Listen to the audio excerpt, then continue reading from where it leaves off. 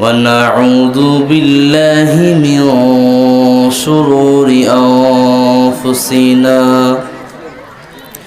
ومن سيئات أعمالنا من يهده الله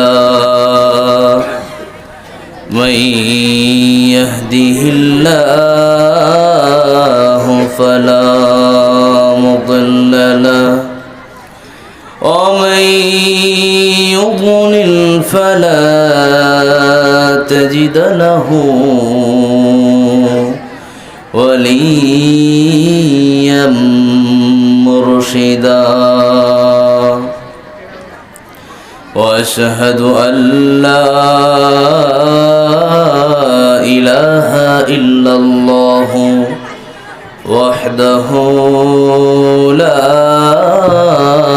شريك له وأشهد أن سيدنا إيماننا قدوتنا حبيبنا طبيبنا وطبيب روحنا محمد الذي أرسله بالحق بشيرا ونذيرا وداعيا إلى الله بإذنه وسراجا منيرا فقد قال الله تعالى في كلامه المجيد وفرقانه الحميد أعوذ بالله من الشيطان الرجيم بسم الله الرحمن الرحيم ظهر الفساد في البر والبحر بما كسبت أيدي الناس القرآن وقال تعالى في موضع آخر أعوذ بالله من الشيطان الرجيم وأخرجت الأرض أثقالها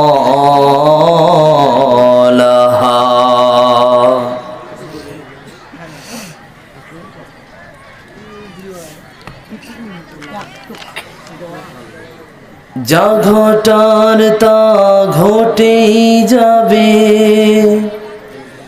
তাকে তো ফিরানো যাবে না গজব আমাদের হাতের কামাই মহামারী আমাদের পাওনা ডেকরেটর ভাই কোন দিকে বক্সের আওয়াজগুলো একটু বাড়াতে বলেন বক্সের আওয়াজটা বাড়িয়ে দাও সবাই কথা বললে হবে না যা ঘটার তা ঘটেই যাবে তাকে তো ফিরানো যাবে না গজব আমাদের হাতের কামাই মহামারী আমাদের পাওনা সিরিয়ার হৃদয়ে পড়েছে বোমা লাশ হয়ে পড়েছিল মানবতা মানুষের মুখে আহা ছিল না খাবার, চোখে ছিল অশ্রুর কবিতা। আমরা তাদের পাশে দাঁড়াইনি হায়, আমরা তাদের পাশে দাঁড়াইনি হায়। দূর থেকে করেছি চলনা, গজব আমাদের হাতের কামাই, মহামারী আমাদের পাওনা। গজব আমাদের হাতের কামাই, মহামারী আমাদের পাওনা। নিষ্ঠুর আঘাতে দুরাচারে চীন মুসলিম মেরে মেরে করেছিল শেষ। বার্মিরা মারছিল রোহিঙ্গাদের, মনে ছিল মুসলিম বিদ্বেষ। যা ঘটার তাই ঘটছে এবার, যা ঘটার তাই ঘটছে এবার। ইতিহাস কাউকে ক্ষমা করে না, গজব আমাদের হাতের কামাই, মহামারী আমাদের পাওনা। গজব আমাদের হাতের কামাই, মহামারী আমাদের পাওনা। জালিমের হাতে হাতে মরেছে মানুষ, ফিলিস্তিন আফগান ইরাকে। অসহায় হয়ে শিশু বলেছে কেঁদে, সব বলে দেব আমার আল্লাহকে।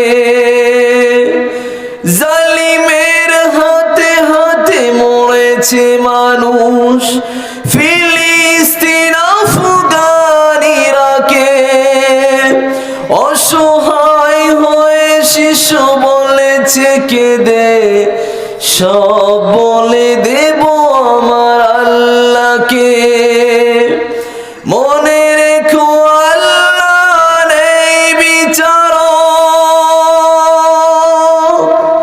মনে রেখো আল্লাহ নেই বিচারক। তিনি শুধু ছাড় দেন, ছেড়ে দেন না। গজব আমাদের হাতের কামাই, মহামারী আমাদের পাওনা। গজব আমাদের হাতের কামাই, মহামারী আমাদের পাওনা। সম্মানিত সুযোগ্য সভাপতি মহাশয়, সম্মুখে উপস্থিত শ্রদ্ধের ও স্নেহের শ্রোতৃমণ্ডলী, পর্দার অন্তরালে সম্মানিতা ও স্নেহাশিস মা ও ভগ্নীগণ, যাবতীয় প্রশংসা জ্ঞাপন করছি সেই মহান আল্লাহ পাক রব্বুল আলামিনের জন্য, যে আল্লাহর অশেষ দয়া ও মেহেরবানিতে আমরা সকলেই একটি মাহফিলের আয়োজন করতে পেরে কিছু কথা বলার ও শোনার মতো দয়া পেয়েছি। সেই আল্লাহর প্রশংসায় সকলেই অন্তরের অন্তরস্থল থেকে মুখকে মুখরিত করে উচ্চ আওয়াজে আল্লাহর প্রশংসা একটি শব্দ দিয়ে পড়ছি, আলহামদুলিল্লাহ। অতঃপর দরুদ বা শান্তি বর্ষিত হোক নবী মুহাম্মদুর রাসূলুল্লাহ সাল্লাল্লাহু আলাইহি ওয়াসাল্লামের প্রতি। সকলে পড়ছি আমিন। আপনাদের সম্মুখে সূরাতুর রুম থেকে একটি আয়াত পরিবেশন করেছি। এই আয়াতের সংক্ষিপ্ত ব্যাখ্যা করে সংক্ষিপ্ত তাফসির করে আজকের আলোচনা সমাপনী করব ইনশাআল্লাহ তাআলা। আল্লাহ পাক রব্বুল আলামিন তিনি পবিত্র কোরআনকে আমাদের জন্য দিয়েছেন হেদায়েত গ্রন্থ স্বরূপ। পবিত্র কোরআনকে আপনি যেভাবে ব্যবহার করবেন, পবিত্র কোরআন আপনাকে সেভাবে শেফা দেবে। পবিত্র কোরআনকে ব্যবহার করার পদ্ধতি আছে, একে স্পর্শ করবেন তারও সিস্টেম আছে, একে অধ্যয়ন করবেন, তেলাওয়াত করবেন তারও পদ্ধতি আছে। এ তেলাওয়াত করলে আপনার কতটা ক্ষতি কতটা লাভ সেটারও পদ্ধতি আছে। All total system. পবিত্র কোরআনকে যেভাবে মানবেন না, কোন কোন বিষয়গুলোকে নিজের জীবনে বাস্তবায়ন করবেন আর কোনগুলোকে নিজের জীবন থেকে বর্জন করানো বাধ্যতামূলক হবে, সেইগুলো সব স্পষ্ট করা আছে পবিত্র কোরআন এবং তার ব্যাখ্যা গ্রন্থ হাদিসের ভিতরে। আমার আল্লাহ পাক রব্বুল আলামিন পবিত্র কোরআনের কথাগুলোকে আমাদের শোনার পরে, বলার পরে আমার এবং আমাদের সকলের জীবনে আমলে বাস্তবায়ন করার তৌফিক দেন। সকলে পড়ি আমিন। আল্লাহ পাক রব্বুল আলামিন তিনি কি বলেন? আউযু বিল্লাহি মিনাশ শাইতানির রাজীম। ظهر الفساد في البر والبحر بما كسبت أيدي الناس। القرآن سورة الروم পারা নাম্বার 21, সূরা নাম্বার 30, রুকু নাম্বার 5, আয়াত নাম্বার 41। আল্লাহ পাক রব্বুল আলামিন বলেন, জলে এবং স্থলে, জমিনে এবং সমুদ্রের মধ্যে যত রকম ভূমিকম্প, সুনামি, যত রকমই আযাব, গজব, বালা, মুসিবত সব কিছুই আসে বিমা কাসাবাত আইদিন নাস। এই সবগুলো এমনি এমনি আসে না, সব আসার কারণ হলো একটাই, সেটা হলো আমাদের নিজের হাতের কামাই। পৃথিবীতে ভূমিকম্প কেন আসে? আমাদের নিজের, কথা বলতে হবে, আমাদের নিজের হাতের কামাই। পৃথিবীতে যদি আপনি প্রশ্ন করেন, বর্তমান সময়ে যত রকম প্রশাসন আছে, যত রকম শাসক আছে, যত রকম সরকার আছে, রাজনীতিবিদ আছে, এরা আপনার উপরে যদি কোনো রকম ভাবে অত্যাচার করে থাকে বা আপনি যদি ন্যায় বিচার না পেয়ে থাকেন, সেটাও হলো আপনার নিজের হাতের কামাই। বর্তমান সময়ে আপনি মনে করবেন এই সরকার ভালো, ওই সরকার ভালো, এই সরকার ভালো, ওই সরকার ভালো। রাজনীতির কথা নয়, কোনো কারোর পক্ষে বিপক্ষে কথা নয়, একটাই কথা, বর্তমান সময়ে আলিয়া ইউনিভার্সিটির একজন ছাত্রকে মেরে মেরে মৃত্যুবরণ করানো হয়েছে, তারপরে তাকে ছাদ থেকে মেরে ফেলে দেওয়া হয়েছে। নাম হলো আনিস খান। কি নাম? কি নাম? আনিস খানকে মারার পরে তার বিচারের জন্য তার বাবা যখন থানাতে কল করলো, থানা বলল আমাদের কাছে কোনো রিপোর্ট নাই, কোনো বিচার নাই, কোনো রকম কিছুই আসেনি অভিযোগ, সুতরাং আপনাকে থানাতে এসে অভিযোগ করা লাগবে। 2 নাম্বার হলো ওই যে বডিটা মৃত্যুবরণ করেছে, আপনি নিজে কি করে ডিসাইড করলেন? ওটাকে আগে ডাক্তারের কাছে নিয়ে যান। এখন সেই লাশকে সেখান থেকে তুলে নিয়ে যাওয়া হলো সকালবেলা, কিন্তু তার জন্য যেটা ময়না তদন্তের প্রয়োজন, সিবিআই এর প্রয়োজন, এসবের কোনো রকম বালাই নাই। একটাই কারণ হলো এখানে সিবিআই তদন্ত ও আসতো, এখানে সব কিছুই আসতো যদি এটা হতো মুশরিক ব্যক্তি। কথা ঠিক কিনা? এখানে বর্তমান সময়ে এটা মুসলমান হওয়ার কারণেই মুসলমানদের কোন রকম ন্যায় বিচারের আশা করতে পারে না। মুসলমান যদি আপনি আশা করেন, আপনার হুমকি ধমকি আসবে এভাবেই, তোমাকে আজকেরই গুম করে দেওয়া হবে, আজকেরই তোকে উড়িয়ে দেওয়া হবে।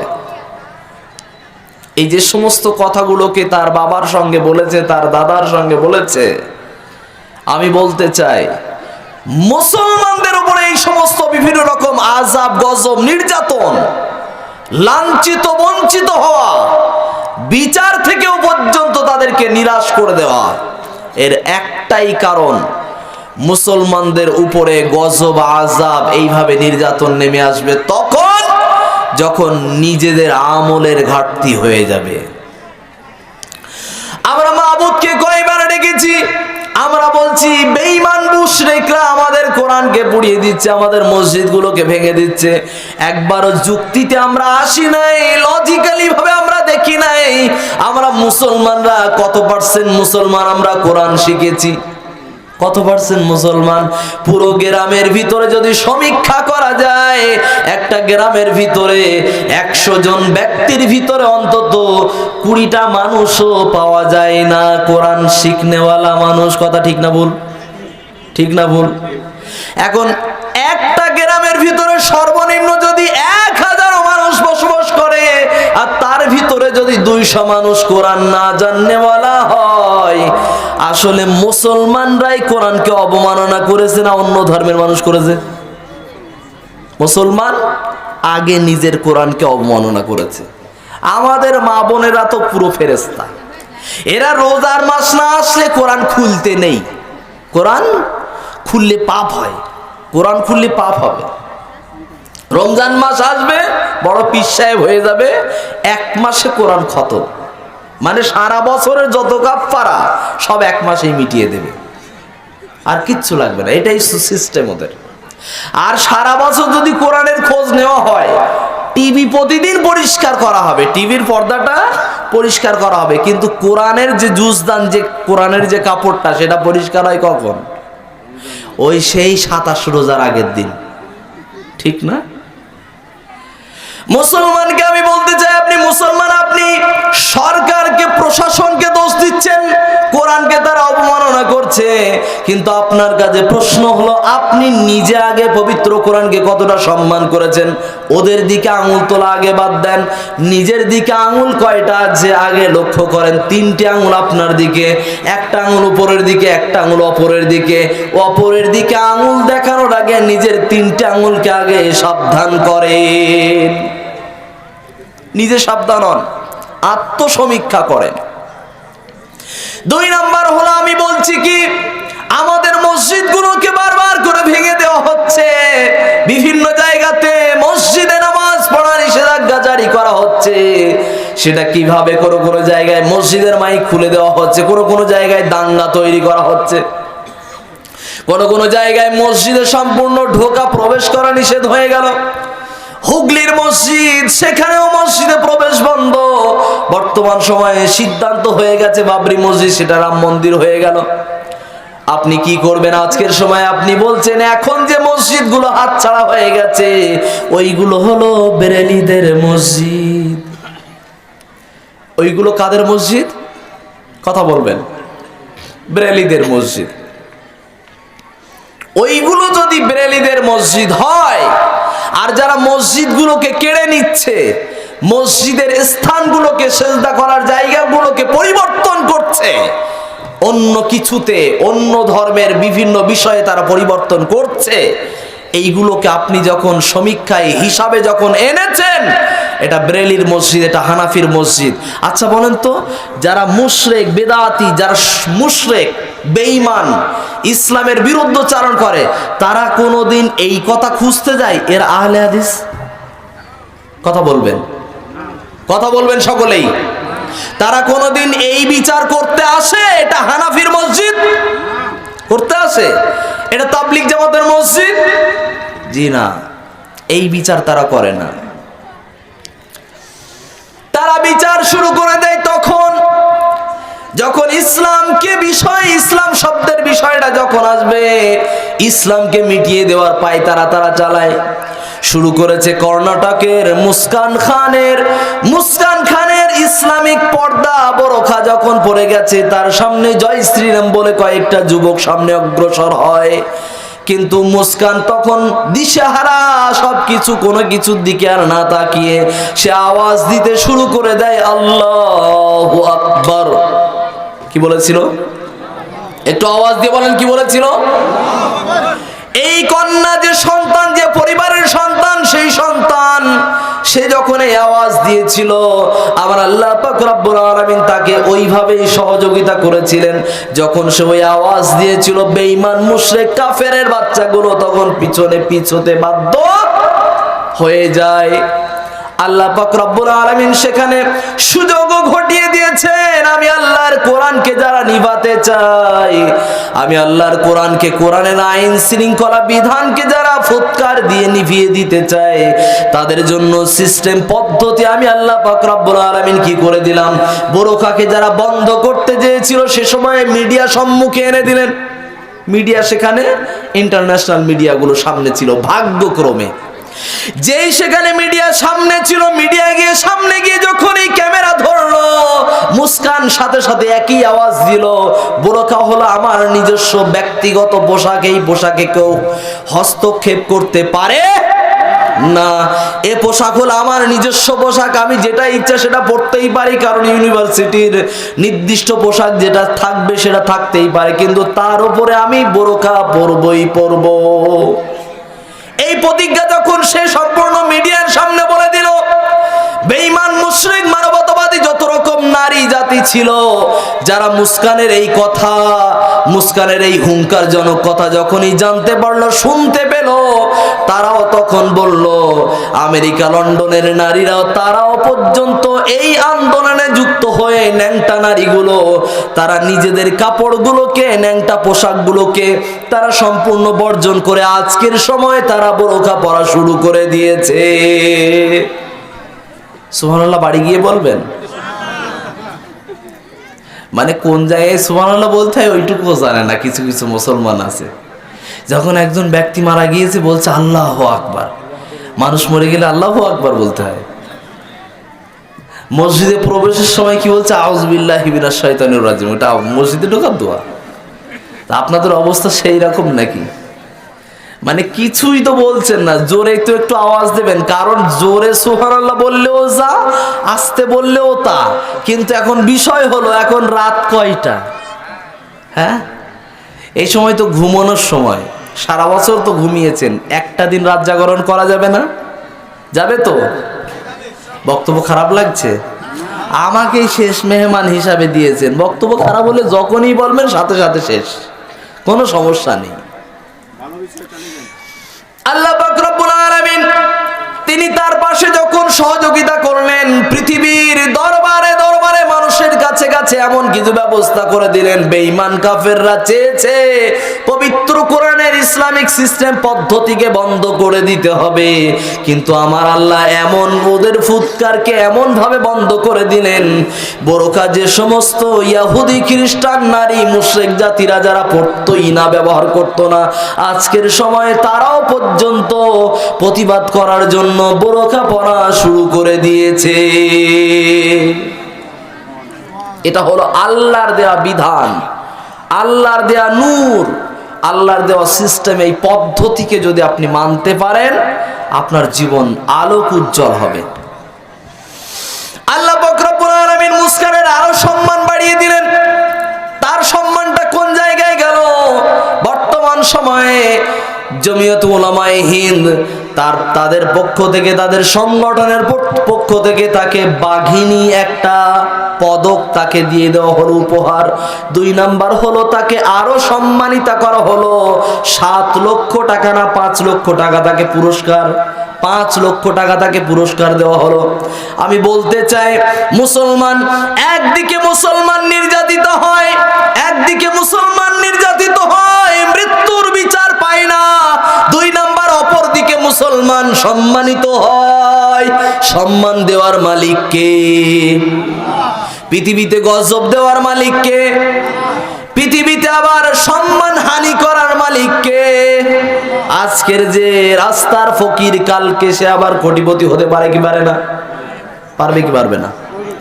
কোন মানুষকে আল্লাহ পাক রব্বুল আলামিন জীবন দিয়েছেন, আগামী 2 মাস পরে ডাক্তার বলেছে মৃত্যুবরণ করবে, কিন্তু এমন একটা সময় তার পাশে ঘনিয়ে আসবে, তার মৃত্যু হবেই না। আমার আল্লাহ তার মৃত্যুর তারিখ পরিবর্তন করে দেবে। মাধ্যমের নাম হলো সাদাকা, দান। কি করতে হবে? দান করতে হবে। একজন ব্যক্তি নাম হলো অস্ট্রেলিয়ার একজন ব্যক্তির নাম, একটি যুবক, সেই যুবকটির নাম হলো আলী বানাত। কি নাম বললাম? খারাপ লাগছে? আলী বানাত সে বহু অর্থের সম্পদের কোটিপতি, বিত্তশালী, এত টাকা পয়সা আছে। তার হাতের যে ঘড়িটা সে ব্যবহার করত, হ্যান্ড ওয়াচ যেটা ব্যবহার করত, সেই হাতের ঘড়ির দামই হলো 2 লক্ষ টাকার উপরে। একটা ব্রেসলেট ব্যবহার করতেন আলী বানাত, সেটার দাম 40,000 টাকার উপরে। একটি পায়ের চপ্পল, এক জোড়া চপ্পল, স্যান্ডেল জুতো ব্যবহার করতেন, মিনিমাম 45,000 টাকার উপরে। এক জোড়া শু ব্যবহার করতেন 90,000 টাকার উপরে। বুঝে দেখেন তো আপনি কিসের বিলাসিতায় আছেন? একটু টাকা পয়সা হয়েছে, নে 3-4টে বিয়ে কর। হ্যাঁ, মুসলমানের একটু টাকা, মুসলমান বলিনি কিন্তু, শব্দ বুঝবেন, মুসলমানের একটু টাকা হয়ে গেলে নিয়ে বিয়ে কর। মানে একটা বইও তখন আর চলে না। এই বিয়ে করা কিন্তু সৎ উদ্দেশ্য না, ও টাকা উড়ানো উদ্দেশ্য। বিয়ে করা প্রথম বিবাহ, দ্বিতীয় বিবাহ, তৃতীয় বিবাহ, চতুর্থ বিবাহ ইসলামে কিন্তু হারাম নয়। বিবাহ করা যাবে, কিন্তু এই বিবাহ করতে হবে ইনসাফের নিয়তে, ধৈর্যশীল অবস্থাতে। বিয়ে করে কিন্তু কেউ জানতেই পারে না, আছে না? প্রথম বিবাহটা যেটা হয়, সকল পরিবারের, সকল বংশের সকলেই জানতে পারে, কিন্তু দ্বিতীয় বিবাহ যখন করে কেউই জানে না। তো এই বিবাহ আপনি কি বুঝিয়েছেন? হালাল বুঝছেন?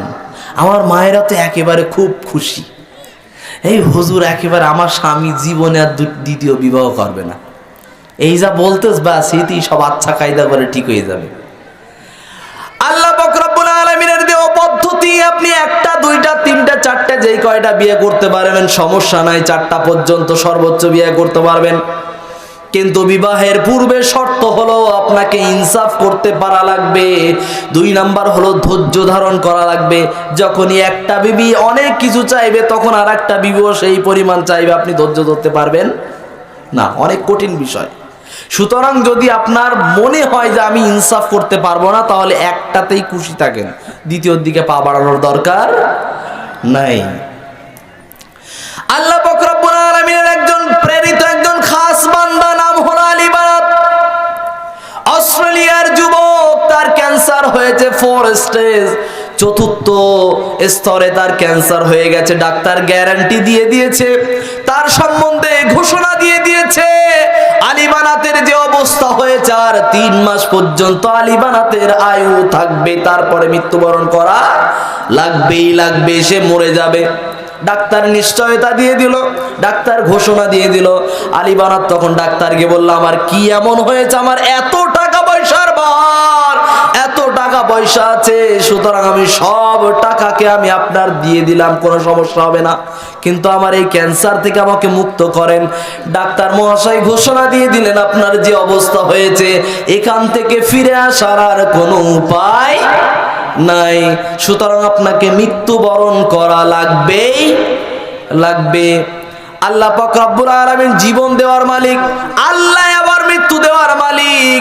তুমি বাঁচাও, তুমি মারো, অবিরত ক্ষমা করো, তুমি বাঁচাও, তুমি মারো, অবিরত ক্ষমা করো, ধরার যে জন তাকে ধরো,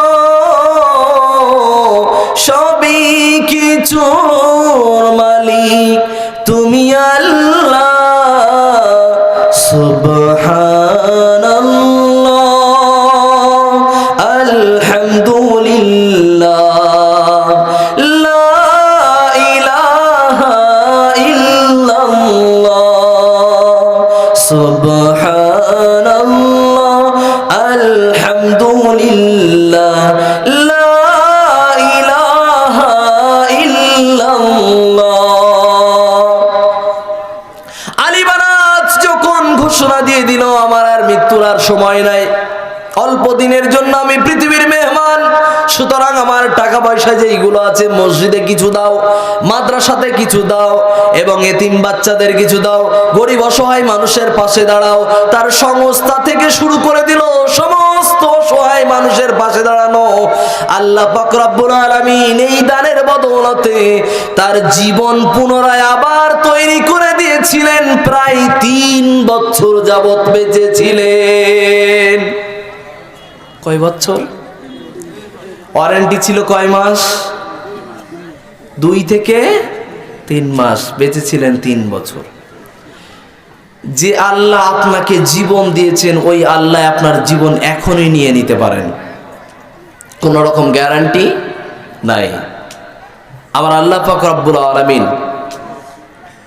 আজকের সকালবেলাতেই আপনাদের এই মাহফিলে আসার আগে, এই মাহফিলে রওনা দেওয়ার আগে আমার ছোট দাদিমা মৃত্যুবরণ করেছেন। সকলে পড়ি ইন্না লিল্লাহি ওয়া ইন্না ইলাইহি রাজিউন। তিনি মৃত্যুবরণ করেছেন। আমার ছোট দাদিমা এই কথা বারবার বলতেন। আমার বংশের ভিতরে একটা আল্লাহ পাক রব্বুল আলামিন জ্যোতি দিয়েছেন। আমার বংশের জ্যোতি, আমার জানাজা যেন আমার নাতি যেন পড়ায়। কিন্তু কপাল নসিবে এমন কিছু থাকে যেখানে ভাগ্য সঙ্গ দেয় না। আপনাদের মাহফিলে আসার আগে আমার দাদিমা সকাল 4টার সময় মৃত্যুবরণ করেছেন, কিন্তু তার জানাজা পড়ার মতো সুযোগ আমার হয়নি, কারণ মাগরিবের পরে তার জানাজা হয়েছে। আবার একজন বেটি মা ছিলেন মুম্বাইয়ে, সেখান থেকে ফিরতে গিয়ে ফ্লাইটে করে আসতে গিয়ে তার সময় লেগে যাবে বেলা 2টা। তিনি বাড়িতে পৌঁছাবেন তখন প্রায় 4টা বাজবে। সুতরাং মাগরিবের পরে ছাড়া জানাজা হওয়ার উপায় ছিল না। কিন্তু আপনাদের মাহফিলের ডেট দিয়েছি আমি কতদিন আগে? প্রায় 3 মাস আগে। সুতরাং আমি যদি না আসি সমস্যা হবে কি, বক্তা না আসলে খুব সমস্যা। কিন্তু হঠাৎ করে যদি মাহফিল কমিটি মাহফিলটাকে যদি ক্যান্সেল করে তাতে কোনো সমস্যা থাকে না। বড় দুঃখের বিষয়, বংশের একজন মানুষ আমার কাছ থেকে বিদায় নিয়ে নিল, কিন্তু তার পাশে জানাজা পড়ানোর জন্য আমি থাকতে পারলাম না। আপনারা সকলে আমার দাদিমার জন্য জান্নাত যেন নসিব হয় সকলে দোয়া করবেন। সকলে পড়ি আমিন। আল্লাহ যেন তার কবরকে আলোক জ্যোতি বানিয়ে দেয়। সকলে পড়ি আমিন। আল্লাহ আমার দাদিমার কবরকে আপনি জান্নাতের বাগিচা বানিয়ে দেন। পড়েন আমিন। রব্বুল আলামিন তিনি মৃত্যুর মালিক, তিনি এমন একজন মহান মালিক। আপনি যদি বলেন জীবন মৃত্যু আমার হাতে, আমি যখন ইচ্ছা তখন সুইসাইড করতে পারি, আমি যখন ইচ্ছা তখন মরে যেতে পারি, কোনো সমস্যা নাই। এর জন্যই সুইজারল্যান্ডে একটি মেশিন তৈরি করা হলো, যেই মেশিনের ভিতরে 60 থেকে 90 সেকেন্ডের ভিতরেই মৃত্যু হয়ে যাবে, কোন রকম যন্ত্রণা ছাড়াই। কোনো যন্ত্রণা হবে না। ডাক্তার বলেছে যে এতে কোনো রকম যন্ত্রণা হবে না। আচ্ছা, আমার আল্লাহ বলছেন কুল্লু নাফসিন যায়িকাতুল মাউত, মৃত্যুর যন্ত্রণা, মৃত্যুর স্বাদ সকল প্রাণীকে চাকতেই হবে। কিন্তু এই ডাক্তার বলছে যে মৃত্যুর যন্ত্রণা হবে না। আচ্ছা বলেন তো, মৃত্যুর যন্ত্রণা হবে না এই কথা কেউ কি বিশ্বাস করবে? কেউ বিশ্বাস করা স্বাভাবিক না, কোশ্চেন কালেও না। কারণ আমার নবী মুহাম্মদুর রাসূলুল্লাহ সাল্লাল্লাহু আলাইহি ওয়াসাল্লাম তার যখন মৃত্যু হচ্ছে সে সময় তিনি মালাকুল মউতকে জিজ্ঞাসা করেছিলেন মৃত্যুর যন্ত্রণা কি এতই কঠিন, এতই কষ্টকর? মালাকুল মউত তখন উত্তরে বলেছিলেন, ইয়া রাসূলুল্লাহ, পৃথিবীর সূচনা থেকে যত মানুষের জান কবজ করা হয়েছে আজকের পর্যন্ত সমস্ত মানুষের ভিতরে আপনার জানটা সব থেকে সহজ করে কবজ করা হচ্ছে। একটু জোরে বলা যাবে না সুবহানাল্লাহ? আমার নবীর জান সব থেকে সহজ করে কবজ করা হচ্ছে, তারপরে আমার নবীর কি হয়? কষ্ট হয়। আপনি বলছেন না, ঘোষণা দিচ্ছেন কষ্ট হবে না। আচ্ছা, যে মেশিনের ভিতরে ঢুকে যাবে সে কি মরার পরে এসে বলতে পারবে যে আমার কষ্ট হয়নি? হ্যাঁ, ও তো মরার জন্যই তো মেশিনে ঢুকছে। ও একাকিত্ব কাটানোর জন্য। সারা সংসারে কেউ দেখে না, ছেলেও দেখে না, মেয়েও দেখে না, সবাই চাকরিজীবী। কেউ থাকে সুইজারল্যান্ডে, কেউ থাকে লন্ডনে, কেউ থাকে অস্ট্রেলিয়া, কেউ থাকে বিদেশে চাকরি করে, কেউ বিভিন্ন রকম গভর্নমেন্টের চাকরি করে, কিন্তু মা বাপকে দেখার সুযোগ তাদের ওই সময় নাই। খেয়াল করে রাখবেন মুসলমান, সন্তানকে শিক্ষিত বানাবেন সমস্যা নাই, কিন্তু সন্তানকে সুশিক্ষিত বানাতে হবে, এটা তো অনেক বড় সমস্যা। কথা ঠিক কিনা? সন্তানকে শুধু শিক্ষিত বানালে হবে না, সুশিক্ষিত বানাতে হবে। তাহলে আপনার সন্তান মরণের আগে আপনাকে ভাত দেবে, আপনার খেদমত করবে, নচেত আপনার বুকেও ঝেঁটা মারবে, লাথি মারবে, কারণ আপনি এমন শিক্ষা দিয়েছেন যে শিক্ষার সঙ্গে শব্দ যুক্ত নাই, সুশিক্ষা এই শব্দ যুক্ত নাই। শিক্ষা দেন কিন্তু সন্তানকে মানুষ করেন। পৃথিবীতে গরু জন্ম নিয়ে গরুই হয়, কুত্তা জন্ম নিয়ে কুত্তাই হয়, শূকর জন্ম নিয়ে শূকরই হয়ে যায়, কিন্তু মানুষ জন্ম নেওয়ার পরে মানুষ তৈরি হয় না, মানুষ বানাতে হয় তাকে। কথা ঠিক কিনা? আপনার সন্তানকে মানুষ বানানোর জন্য মানুষ বানানোর কারিগর হলো মাদ্রাসা। কথা ঠিক না ভুল? মানুষ বানানোর কারিগর হলো মাদ্রাসা। অনেকেই তো এই কথা বলে, একটা ছেলে মাদ্রাসায় তাকেই পাঠায়, দেখে একদিক যায় আর একদিক, এইগুলোতেই মাদ্রাসায় ফেলে দেয়। একদিন আমি এক জায়গাতে মাহফিলে আছি, যখন এই কথা বললাম, বলছি ওই মালগুলোই মাদ্রাসায় সব দেয়, ওই মালগুলো। আর এই মালগুলো তৈরি হয় একদিন, একটা সময় আসে এরা মুহাদ্দিস হয়। কথা ঠিক কিনা? শিক্ষকরা এমন কিছু তাদের উপরে অর্পণ তৈরি করায়, এমন কিছু তাদের উপরে বরকত ঢেলে দেয়, আল্লাহ তাদের মাধ্যমে এমন কিছু করিয়ে নেন, এই সন্তানগুলো দেশে একদিন দেশের সম্পদ তৈরি হয়ে যায়। কথা ঠিক কিনা? এই সন্তানগুলো একদিন তৈরি হয় তাফসিরে কুরতুবীর লেখক, একদিন তৈরি হয় তাফসিরে জালালাইনের লেখক, একদিন তৈরি হয় এরা ইমাম বুখারী রাহমাতুল্লাহ আলাইহি। আমি বলতে চাচ্ছি, মাদ্রাসা এমন একটা জায়গা, এটা হলো মানুষ বানানোর কারিগর, মানুষ বানানোর জায়গা, স্থান। এই জায়গাতে সন্তানকে শিক্ষা দেন, আশা করা যায় সন্তান আপনার উপযুক্ত মানুষ হতে পারবে। সকলে বলি ইনশাআল্লাহ, সকলে বলি ইনশাআল্লাহ। আল্লাহ পাক রব্বুল আলামিন আপনার যে জীবন দিয়েছেন, মৃত্যু দিয়েছেন, আপনি মনে করছেন আপনি নিজে ইচ্ছায় নিজের জীবনকে বের করে দেবেন। সুইজারল্যান্ডের মেশিনের ভিতরে টাকা খরচ করে তার ভিতরে ঢুকে গেলেন, ঢোকার পরে নিজে প্যাকেট হয়ে গেলেন। এবার বললেন আপনি কি করবেন? আমি মৃত্যুবরণ করব।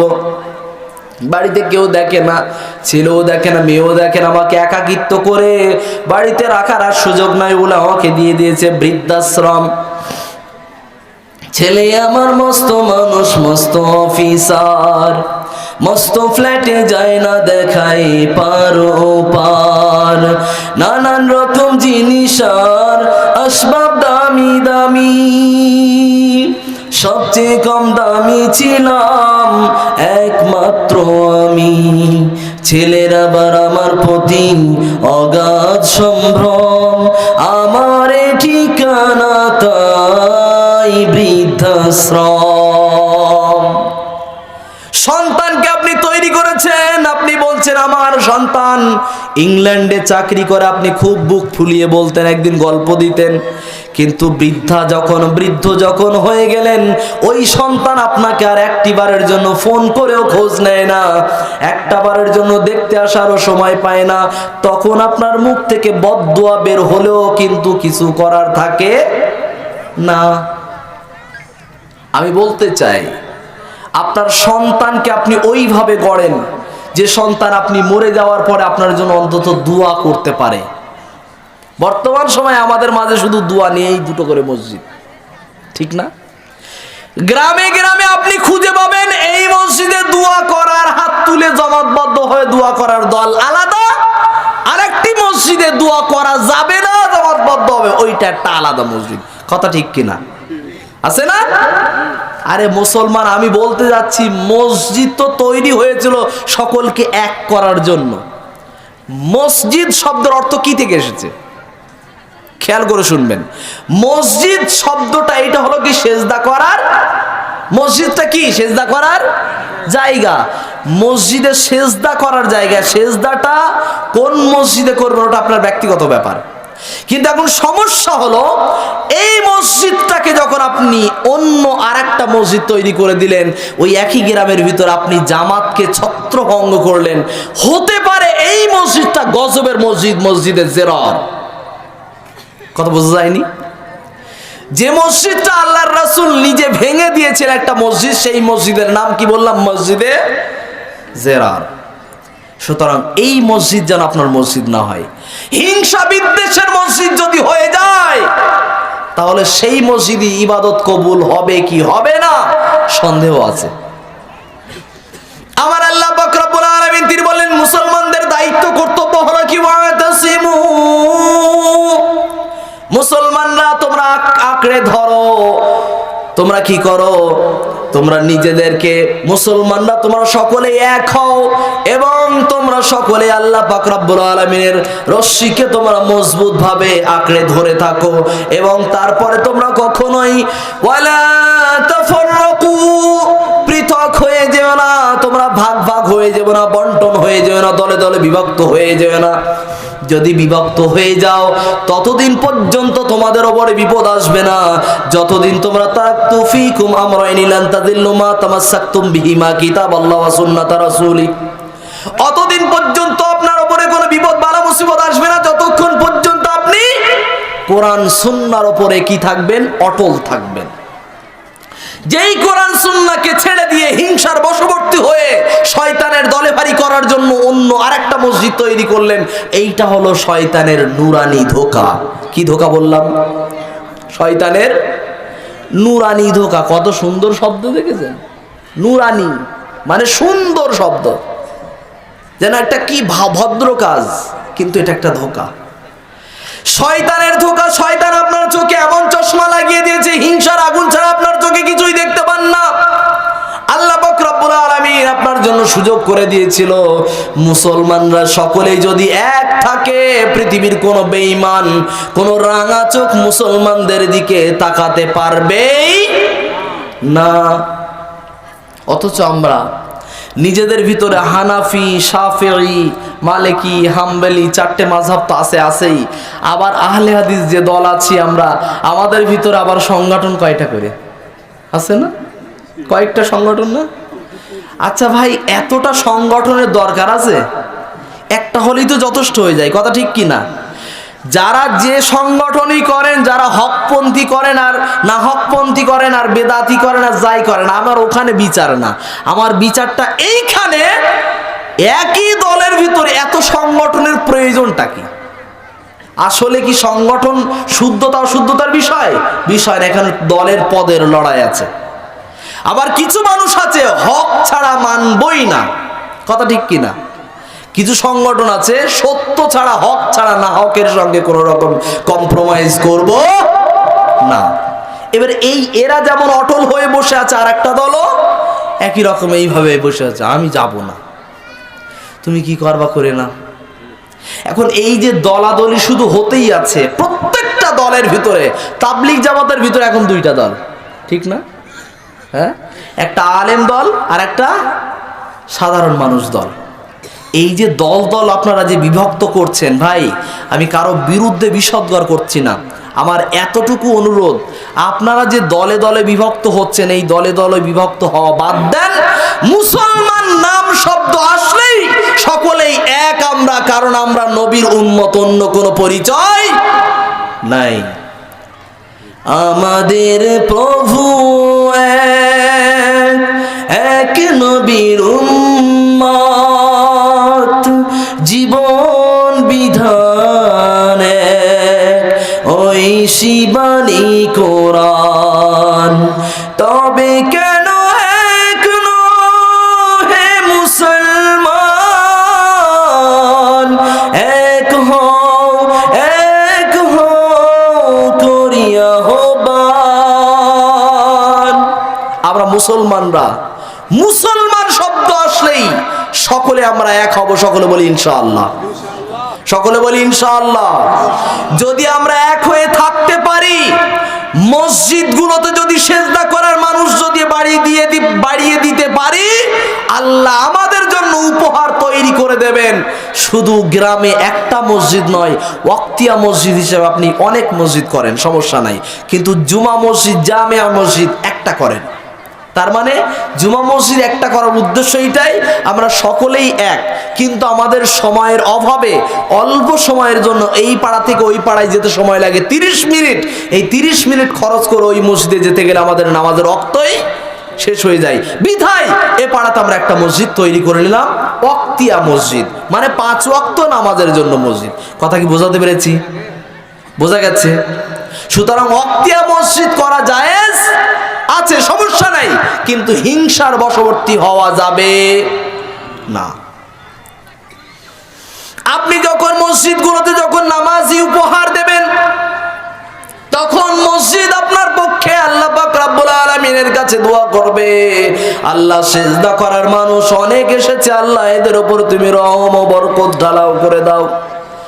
আপনার জন্য মসজিদ দোয়া করবে, আপনার জন্য জড়বস্তু দোয়া করবে, কিন্তু মসজিদে যখন শুক্রবারের নামাজি বাড়াবেন, ঈদের নামাজি বাড়াবেন, এই মসজিদ আপনার জন্য কিন্তু আশীর্বাদ দেবে না, দোয়া করবে না।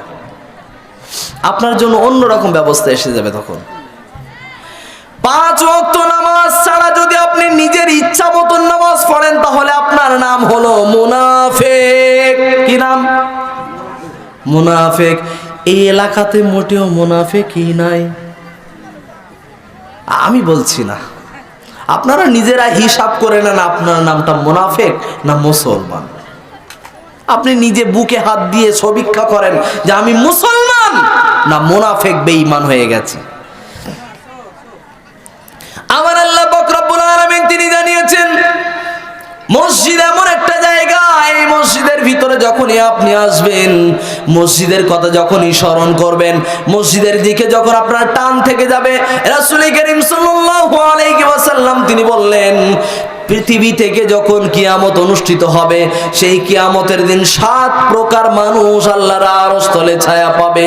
যারা মসজিদের সঙ্গে মোহাব্বত রাখবে, মসজিদের সঙ্গে সম্পর্ক সবসময় গড়ে রাখে, আল্লাহ পাক রব্বুল আলামিন এই 7 প্রকার ব্যক্তির ভিতরে 1 প্রকার ব্যক্তির দলের মানুষরা যারা মসজিদের সঙ্গে মোহাব্বত রাখতো, 5 ওয়াক্ত নামাজের সঙ্গে জড়িত থাকতো, আল্লাহ এদেরকে আল্লাহ তার আরশ তলে ছায়া করে দেবে। দেখেন, খাওয়ার পরে সুবহানাল্লাহ বলবেন। খাওয়া দাওয়া হয়নি, খাওয়া দাওয়া হয়নি, চলছে তো। তাহলে আপনাদের দিকে খাওয়া দাওয়াও চলে, ওয়াজও চলে। আমাদের 24 পরগনাতে সম্পূর্ণ ওয়াজ শেষ। তুমি ওয়াজের মাঝখানে থাকবে না হয় না থাকবে, কোনো সমস্যা নেই। ওয়াজ শেষ হবে, তারপরে গিয়ে খাওয়া দাওয়া দেবো, তার আগে দেবই না। থাকবা থাকো, না থাকো না থাকো, পালাও, কি করবো তোমার ইচ্ছা। আর মানুষও ঠিক খাওয়ার টাইম কাছাকাছি এসে যায়, প্রধান বক্তার ভিড় হোক চাই না হোক, খাওয়ার টাইম কাছাকাছি আসলেই বাস বোঝা গেছে প্রধান বক্তা উঠেছে মানেই কি হবে, খাবার সিগন্যাল এসে গেছে। এই খাবারের সিগন্যাল যখন এসে যাবে, তখন মাহফিল একদম ভর্তি। আলহামদুলিল্লাহ, আপনাদের এলাকাতে এইরকম যে সিস্টেম আছে, খাওয়া দাওয়া চলছে, তারপরেও মানুষের কমতি নাই, মাশাআল্লাহ, আলহামদুলিল্লাহ। সকলে বলি আলহামদুলিল্লাহ। আল্লাহ পাক রব্বুল আলামিন তিনি ধ্যান করেছেন জীবন এবং মৃত্যু এটা কিসের জন্য দিয়েছেন। আল্লাযী খালাকাল মাউতা ওয়াল হায়াতা লিয়াবলুয়াকুম আইয়ুকুম আহসানু আমালা। আমি আল্লাহ পাক রব্বুল আলামিন জীবন দিয়েছি, মৃত্যু দিয়েছি 2টা কারণে। 1 নাম্বার হলো, তোমরা যারা পৃথিবীতে আছো, তোমাদের জীবনে আমি পরীক্ষা করব। কি করব? কখনো সম্মানহানি করে পরীক্ষা করব, কখনো জীবন কেড়ে নিয়ে পরীক্ষা করব, কখনো তোমার সন্তানকে আমি জীবন নিয়ে নেব, কখনো ক্ষেত খামারে ক্ষতি দেব, কখনো ব্যবসা বাণিজ্য ক্ষতি দেব। আল্লাহ পাক রব্বুল আলামিন এগুলো দিয়ে দিয়ে আপনার পরীক্ষা করবে। 2 নাম্বার হলো, আপনি পৃথিবীতে এসেছেন, এই জীবন যে আল্লাহর কাছ থেকে উপহার পেয়েছেন, এই উপহারের মাঝখানে মধ্যখানে আপনি কতটা সৎ আমল, ভালো আমল করতে পেরেছেন। নাম্বার 1 আপনার জন্য পরীক্ষা হবে। নাম্বার 2 আপনার জন্য কি হবে? ভালো আমল করতে হবে। একটা হলো নিজের ওপরে ক্ষতি আসবে, 2 নাম্বার হলো আপনার জন্য কর্মসূচি থাকবে, আপনি আমল করতে হবে। পৃথিবীতে যতদিন থাকবেন, আপনার আপনার জন্য আমল করা বাধ্যতামূলক। আর আপনি যদি মনে করেন আমি আমল করব না, আল্লাহ যা পারে তাই করে নেবে, আল্লাহর কোনো কিচ্ছু যায় আসে না। আপনি যদি পৃথিবীতে থেকে আল্লাহর আমল না করেন, আল্লাহর ইবাদত বন্দেগী না করেন, আল্লাহর কোনো যায় আসে? যায় আসবে? কিন্তু আপনি ইবাদত বন্দেগী আল্লাহর না করলে আপনারই কপালটাই পুড়বে, অন্য কোনো যায় আসে না। আল্লাহর কোনো প্রয়োজন নাই, আপনি ইবাদত করলেন কি করলেন না কোনো সমস্যা নাই আল্লাহ। কিন্তু আপনি যদি আল্লাহর ইবাদত বন্দিগিতে নিজের জীবনকে যদি আল্লাহর কাজে আল্লাহর জন্য নিয়োজিত করতে পারেন, আল্লাহ আপনার জন্য উপহার দিয়ে দেবে। আবার আল্লাহ পাক রব্বুল আলামিন এবার বললেন, পৃথিবীতে যত রকম আযাব গজব ক্ষতি যা কিছু আসুক না কেন সবই হলো নিজের হাতের কামাই। পৃথিবীতে আপনি সম্মানিত হবেন, লাঞ্ছিত হবেন, সম্মানিত হবেন, লাঞ্ছিতা হবেন, সবই হলো আমাদের নিজের হাতের কামাই। অন্য কাউকে দোষ দিয়ে আগে লাভ নাই। কে মসজিদ আগে ভাঙছে না মসজিদ আমি নিজে আগে অসম্মান করেছি, সেটা আগে হিসাব করি তো। মসজিদে তো মুসল্লি নাই, ও মসজিদে তালা লাগাবে না তো কি করবে? কথা ঠিক কিনা? হ্যাঁ, মসজিদ আগে আবাদ করেন, তারপরে দেখেন কেউ মসজিদে তালা লাগাতে আসবে না। মসজিদকে আবাদ করেন, মসজিদকে আপনি মুসল্লি উপহার দেন। আমরা মসজিদে তো হুজুররা কোন রকম ভাবে আলেম সম্প্রদায়, তারা কোন রকম ভাবে মানুষকে হেদায়েতের কথা বলে বলে মসজিদে ঢুকিয়ে দিল। আর মসজিদে যাওয়ার পরে ইমাম সাহেব, কিছু কিছু ইমাম সাহেব আছে এমন ফতোয়া দিয়েছে, জোহরের সময় ঢুকেই মসজিদে 2 রাকাত, তারপরে 4 রাকাত, তারপরে নফল 2 রাকাত পড়ো, পড়ে বসে থাকো, তারপরে 4 রাকাত ফরজ, নামাজ শেষ হয়ে যাবে 4 রাকাত, 2 রাকাত সুন্নত, 2 রাকাত নফল পড়ে তারপরে বাড়ি যাও। ও হাঁটু ব্যথা করে, উরি সর্বনাশ, কাল থেকে আর মসজিদে ঢুকবই না। এক ওয়াক্তে যদি এত কষ্ট হয়, তারপরে রক্ত কি না জানি হবে তার ঠিক নেই। এই হাঁটু যা ব্যথা হয়েছে আর আঙুলগুলো ভাঁজ ভেঙে ভেঙে যা ব্যথা হলো, কাল থেকে আর নামাজ পড়বই না।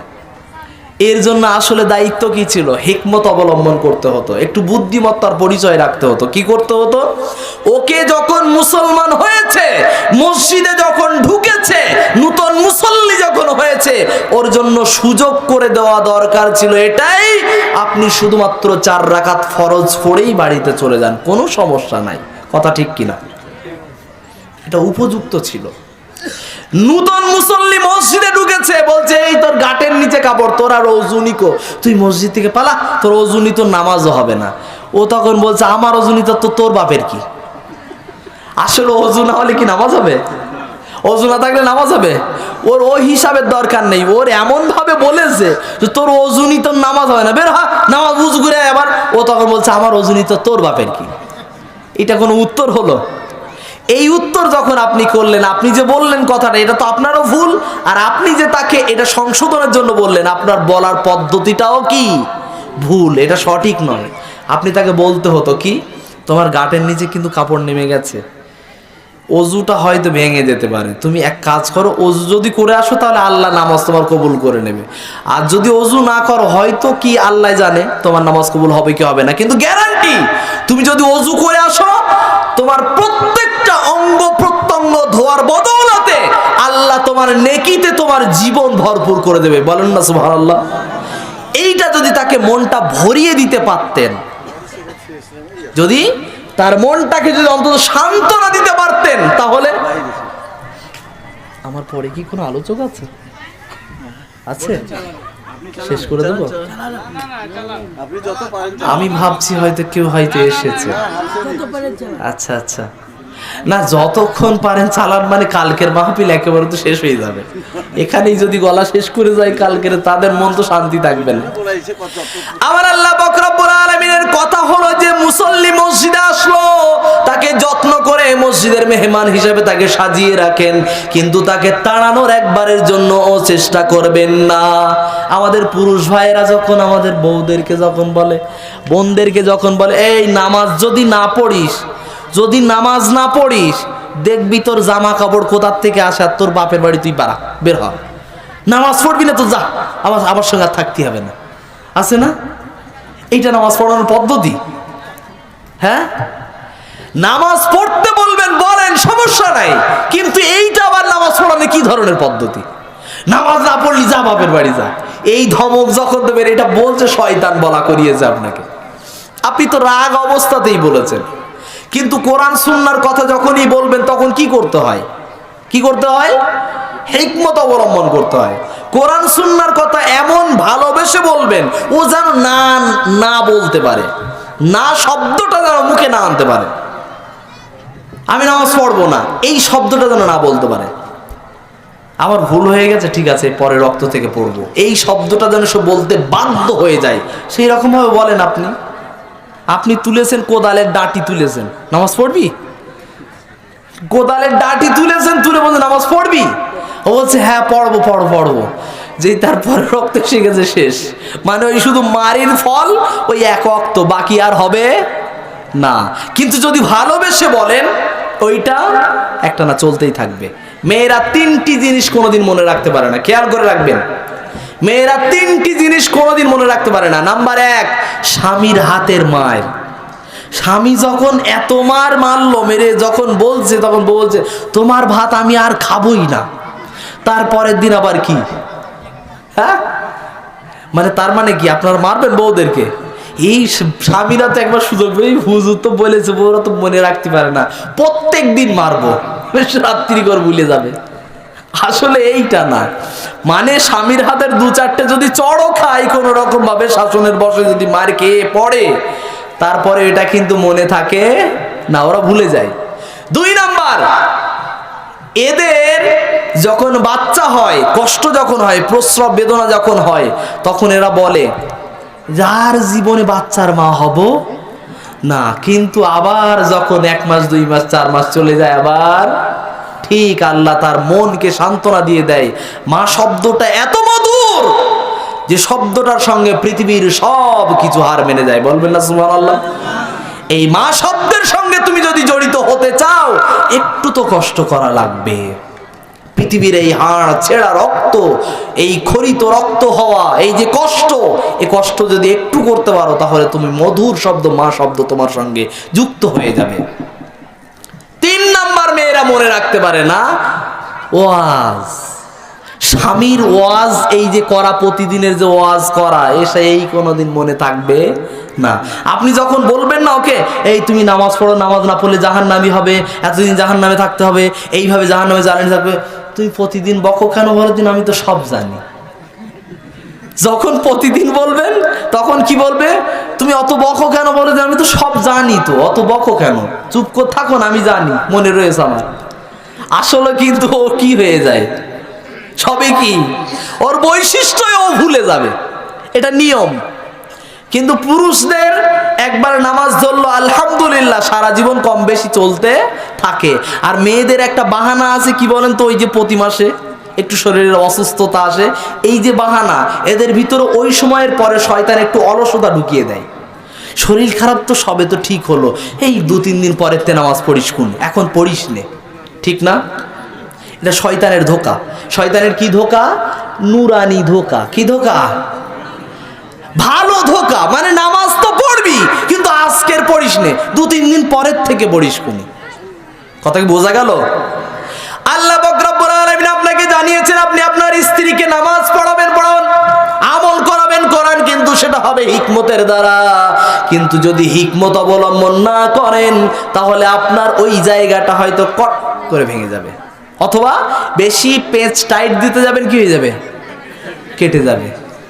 বেশি কথা বলবেন, যা থাকবো না, তোমার সংসারই করবো না। যদি মুখ দিয়ে বলে দেয়, এমনিতেই তো এরা বলে আমার অত বড় সম্বন্ধ ছিল, 2 তলা বাড়ি, পাথর বসানো বাড়ি, চাকরিওয়ালা আমার দেখতে এসেছিল, শুধু তোমার সঙ্গে আমার ভাগ্য কি ছিল তা কি জানি, তোমার সঙ্গেই আমার বিয়েটা হলো। একজন স্বামী স্ত্রী এত মহব্বত, এত ভালোবাসা। হুজুর বলেছে, একজন স্ত্রী যদি জান্নাতে যায় আর ওর স্বামীও যদি জান্নাতি ঠিকানা হয়ে যায়, তাহলে স্বামী স্ত্রী 2জনই একই জান্নাতে থাকবে। স্বামী তখন বলতেছে, ওরে আল্লাহ রে আল্লাহ, হুজুর আমি যে জান্নাতে থাকবো ওই জান্নাতে আমার বউও থাকবে? তো বলছে হ্যাঁ থাকবে। হুজুর ওই জান্নাতে আমি যাব না। বলছে কেন যাবে না? বলছে পৃথিবীতে এত জ্বালাতন করেছে, ও জান্নাতে গিয়ে আমার সুখী থাকতে দেবে না, সুতরাং ওই জান্নাতে গেলে আমি ওই জান্নাতে থাকবো না, আমি চলে যাব, অন্য জান্নাত আল্লাহর কাছে আমি চেয়ে নেবো। আসলে কি এরকম হবে? এটা হলো মহাব্বতের ঘাটতির জন্য এই কথাগুলো বের হয়ে যায়, কথা ঠিক না? কিছু বয়স্কিনী মহিলা আর বয়স্ক বৃদ্ধ এদের মহাব্বত এমন জায়গা তৈরি হয়ে গেছে, এই দাদিমা থালা হাঁড়ি মাজতে মাজতে হঠাৎ করে নদীর ধারে থালা একটা প্লেট নদীতে পড়ে গেছে, ওই প্লেটটাকে টানতে গিয়ে দাদিমা কি হয়ে গেছে, ধস নেমে নদীতে পড়ে গেছে। এখন দাদিমা এইভাবে সাঁতার কাটতে কাটতে পানি দিয়ে চলে যাচ্ছে, যাচ্ছে কোন দিকে? এই সোজা আপনাদের পিছন দিকে চলে যাচ্ছে। আর ওই সময় ওখানে বসেছিল নাতি, 5-7 বছর বয়সের নাতি, সে বসেছিল, এবার দৌড়াতে দৌড়াতে দাদুর কাছে গিয়ে বলছে, এই দাদু তোর বুড়ি দেখ নদীতে ভেসে চলে যাচ্ছে। ও তখন বলছে, কোথায় চলে গেছে? হ্যাঁ, এটা কিসের জন্য? মাশাআল্লাহ, বেনামিতে, বেনামিতে। আচ্ছা, দাদু তখন গিয়েছে, যাওয়ার পরে নদীর ধারে গিয়ে বলছে এই কোন দিকে গিয়েছে রে? নাতিকে জিজ্ঞাসা করলো, নাতি বলছে দাদু এই পেছন দিক দিয়ে এই দিকে চলে গেছে। দাদু দৌড়াচ্ছে এই দিকে, কোন দিকে যাচ্ছে? গিয়েছে এই দিকে, আর দাদু দৌড়াচ্ছে এই দিকে। কেন? দাদুকে তখন নাতি বলছে, এই দাদু বুড়ি নদীতে ডুবে গেছে, কি পাগল হয়ে গেছি নাকি? ঠিক করে দেখ, দাদি গেছে এইদিকে, তুই দৌড়াচ্ছিস এইদিকে, মানেটা কি? বলছে এইদিকে দৌড়াচ্ছি, সারা জীবন যেইটা বলিস ও কোনোদিন সোজা চলিনি, গেছে এইদিকে, মানে ও মরে গিয়ে এই দিক কোনোদিন যাবে না, এইদিকেই গেছে ও। বুঝতে পেরেছেন? মানে আমাদের মায়েদের ভিতরে, স্বামীদের ভিতরে আমি বলতে যাচ্ছি, মহাব্বতের জায়গা তৈরি করেন। স্বামী আপনার উপরে যদি এইভাবে অসন্তুষ্ট থেকে যায়, তাহলে আপনার নসিবে যে জান্নাত, ওই জান্নাত হবে কিনা সন্দেহ আছে। কারণ স্বামীকে খেদমত করে আপনার জান্নাত আপনাকে নিতে হবে। একটা মহিলা 4টি গুণ যদি তার ভিতরে থাকে তাহলে সে জান্নাতি। মা বোনদের উদ্দেশ্য বলছি, একটা মেয়ে যদি 4টে গুণ যদি নিজের জীবনে বাস্তবায়ন করতে পারে তাহলে সে কি? জান্নাতি।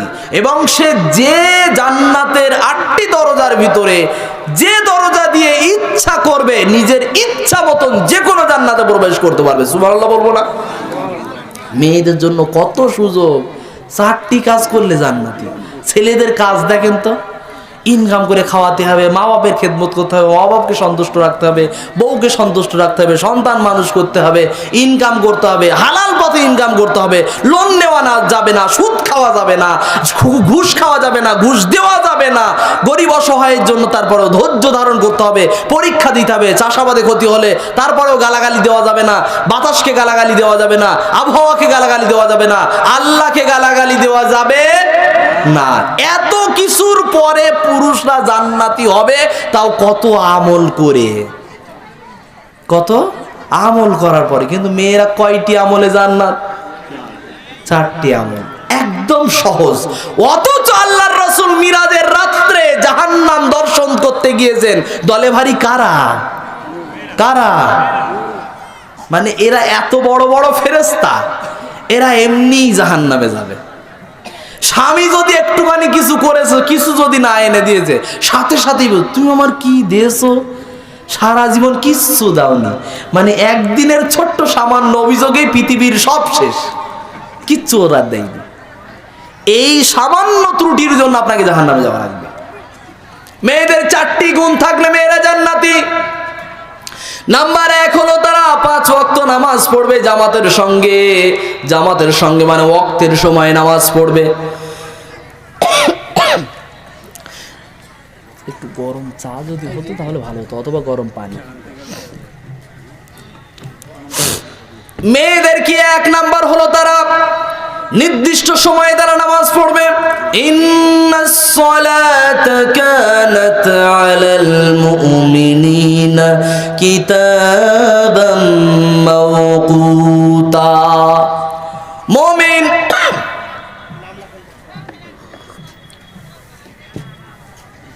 মুমিন এবং মুমিনা নারীদের জন্য, সকলের জন্য, সকল মুসলমানের জন্য, মুমিনদের জন্য একটাই দায়িত্ব, তারা হলো সুনির্দিষ্ট সময়ে তারা নামাজ পড়বে। সুনির্দিষ্ট সময়ে যদি আপনি নামাজ পড়তে পারেন তাহলে আপনার জন্য আবার আল্লাহ পাক রব্বুল আলামিন নামাজের যে বরকত, নামাজের যে ফরজিয়াত সম্পূর্ণ আপনার দ্বারা আদায় করিয়ে নেবেন। আর নামাজ যার কবুল হবে তার জন্য জান্নাতের চাবির খাত তৈরি হবে। একটা হাদিস আছে জান্নাতের চাবি হলো নামাজ, একটা হাদিস আছে জান্নাতের চাবি হলো নামাজ। হাদিসটা জাল হাদিস। কি নাম? জান্নাতের চাবি হলো কি? নামাজ। এই হাদিসটা কি হাদিস বললাম? বইটার নাম বলছি হাদিসের নামে জালিয়াতি। লেখকের নাম ডক্টর খন্দকার আব্দুল্লাহ জাহাঙ্গীর, বাংলাদেশ। তিনি পিস টিভির একজন লেকচারার। তিনি লিখেছেন জান্নাতের চাবি নামাজ নয়, জান্নাতের চাবির যে খাত, এই যে খাত খাত থাকে না, এইটা হলো নামাজ। কথা কি বোঝাতে পেরেছি? সুতরাং সমাজে অনেক কিছুই প্রচলিত আছে কিন্তু সেগুলো হাদিসের নামে চালানো হয়, আসলে সেগুলো হাদিসের অংশ নয়। নামাজকে আপনার পড়তে হবে কিন্তু সুনির্দিষ্ট সময়ে নামাজ পড়তে হবে। নাম্বার 1, মহিলার যদি সুনির্দিষ্ট সময়ে নামাজ পড়তে পারে তাহলে তার জন্য জান্নাতি সার্টিফিকেট আছে। 2 নাম্বার, আমল করতে হবে তার। রমজান মাস যখন আসবে রমজান মাসের রোজা রাখতে হবে। 3 নাম্বার হলো স্বামীর খেদমত করতে হবে। স্বামীর খেদমত ছাড়া আপনি জান্নাত পাবেন না। স্বামী তখন বলতেছে, এই তুই যদি আমার খেদমত না করিস তো জান্নাত আমি দেবই না। স্বামীর হাতে কি জান্নাত? স্বামী বলতেছে আমার পায়ের তলায় তো জান্নাত, সুতরাং বেশি কথা বলবি না, জান্নাত বলো ডলে দেবো বলো। আসলে ওর পায়ের তলায় জান্নাত আছে? মায়ের পায়ের তলায় জান্নাত, স্বামীর পায়ের তলায় জান্নাত নাই। স্বামীর পায়ের তলায় জান্নাত, এই কথা মিথ্যা কথা, এটা হাদিস নামে চালানো হয়। মিথ্যা কথা, মিথ্যা কথা, মিথ্যা কথা। স্বামীর পায়ের তলায় জান্নাত নাই, মায়ের পায়ের তলায় জান্নাত। ও গো মা তুমি এই ধরনের শ্রেষ্ঠ নিয়ামত, তোমার পদতলে রয়েছে জান্নাত। গো মা তুমি এই ধরনের শ্রেষ্ঠ নিয়ামত, তোমার পদতলে রয়েছে জান্নাত। সুতরাং স্বামীর খেদমত করলে আপনি কি পাবেন? জান্নাত পাবেন। 4 নাম্বার হলো সতীত্বের হেফাজত করতে হবে। লজ্জাস্থানকে হেফাজত করা লাগবে। যারা নতুন নতুন বিয়ে করে, স্বামীর পক্ষ থেকে অভিযোগ না থাকলেও মেয়ের পক্ষ থেকে অভিযোগ শুরু হয়ে যায়। অভিযোগ শুরু হয়ে যায়, আমি ওই স্বামীর ঘর করবো না, আমার পছন্দ না। কি পছন্দ না? কোনো কিছু অভিযোগ বলতে পারে না। অভিযোগটা কোন জায়গায় যারা বিয়ে করেছে তারা ঠিক বুঝতে পারছে। এই রকম সমস্যা যখনই তৈরি হবে, মা বোনদের উদ্দেশ্য বলছি, স্বামীকে ধমক দিতে পারবেন না যে তুমি যদি আমার মনের স্বাদ এইভাবে যদি না পূরণ করতে পারো তাহলে কি আমি তোমার ছেড়ে চলে যাব অথবা অন্য জায়গায় সম্পর্ক করব। এই কথা যখনই বলবেন আপনার ঠিকানা জান্নাত থাকতে পারে না। আপনি নিজের সতীত্ব বজায় রাখবেন, আপনার স্বামী যেখানেই থাক না কেন। স্বামীর দায়িত্ব হলো কি স্ত্রীর সম্পূর্ণ দায়িত্ব নিতে হবে। স্ত্রী স্বামীর জন্য লেবাস, স্বামী স্ত্রীর জন্য লেবাস, একে অপরের পরিপূরক। আচ্ছা বলেন তো, মানুষ কি শুধু অক্সিজেন নিয়ে বাঁচতে পারে? কথা বলে না। মানুষের আরেকটা জিনিসের প্রয়োজন হয়, সেটা হলো carbon die oxide. Carbon die oxide এবং অক্সিজেন দুটোর সংমিশ্রণে মানুষ জীবন্ত থাকে, এটা আল্লাহর দেওয়া নিয়ামত। কথা ঠিক কিনা? আপনি যদি মনে করেন স্ত্রীকে ছাড়া আমি সারা জীবনই কাটিয়ে দিতে পারবো, সেটা আপনি পারবেন কিন্তু স্ত্রী পারবে না। আর স্ত্রী আপনি যদি মনে করেন আমার স্বামী ছাড়া আমি সারা জীবন এদিক সেদিকে কাটিয়ে দিতে পারবো, আপনি হয়তো পারবেন কিন্তু স্বামী পারবে না। আমি বলতে চাচ্ছি একে অপরের সঙ্গে মহব্বতের জায়গা তৈরি করবেন, দেখবেন ওই সংসারটাকে আল্লাহ পাক রব্বুল আলামিন অভাব থাকলেও, দুঃখ কষ্ট থাকলেও, গরিবী অবস্থা থাকলেও আল্লাহ আপনার জন্য এমন জায়গা তৈরি করে দেবে, ওই সংসারের ভিতরে কোনো দিন ঝামেলা ঝঞ্ঝাট থাকবে না। আমার আল্লাহ পাক রব্বুল আলামিন তিনি বললেন, মেয়েরা রাসূল করিম সাল্লাল্লাহু নম্বরে দাঁড়ায় তিনি জানিয়ে দিলেন মেয়েরা 4টি গুণের অধিকারী যদি হয়ে যায় তাহলে তারা জান্নাতি। নাম্বার 1, তারা সঠিক সময়ে নামাজ পড়বে। নাম্বার 2, তারা রোজা রাখবে। নাম্বার 3, তারা স্বামীর খেদমত করবে। নাম্বার 4, তারা নিজের সতীত্বের হেফাজত করবে। তাহলে মেয়েদের জান্নাতি হওয়ার কোনো রকম অভাব হবে না। মেয়েরা জান্নাতি হবে, এটা খুব সহজ ব্যাপার। একটু যুক্তি হিসাবে মিলিয়ে দিই, মেয়েরা জাহান্নামী কেন বেশি? বর্তমান সময়ের সমীক্ষা অনুপাতে পৃথিবীতে মেয়েরা সংখ্যায় বেশি না কম?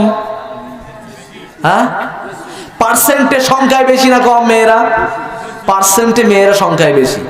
পার্সেন্ট হিসাবে ছেলেরা সংখ্যায় কম। এই হিসাবেও মেয়েরা জাহান্নামী এমনিই বেশি হবে, এই যুক্তিতে।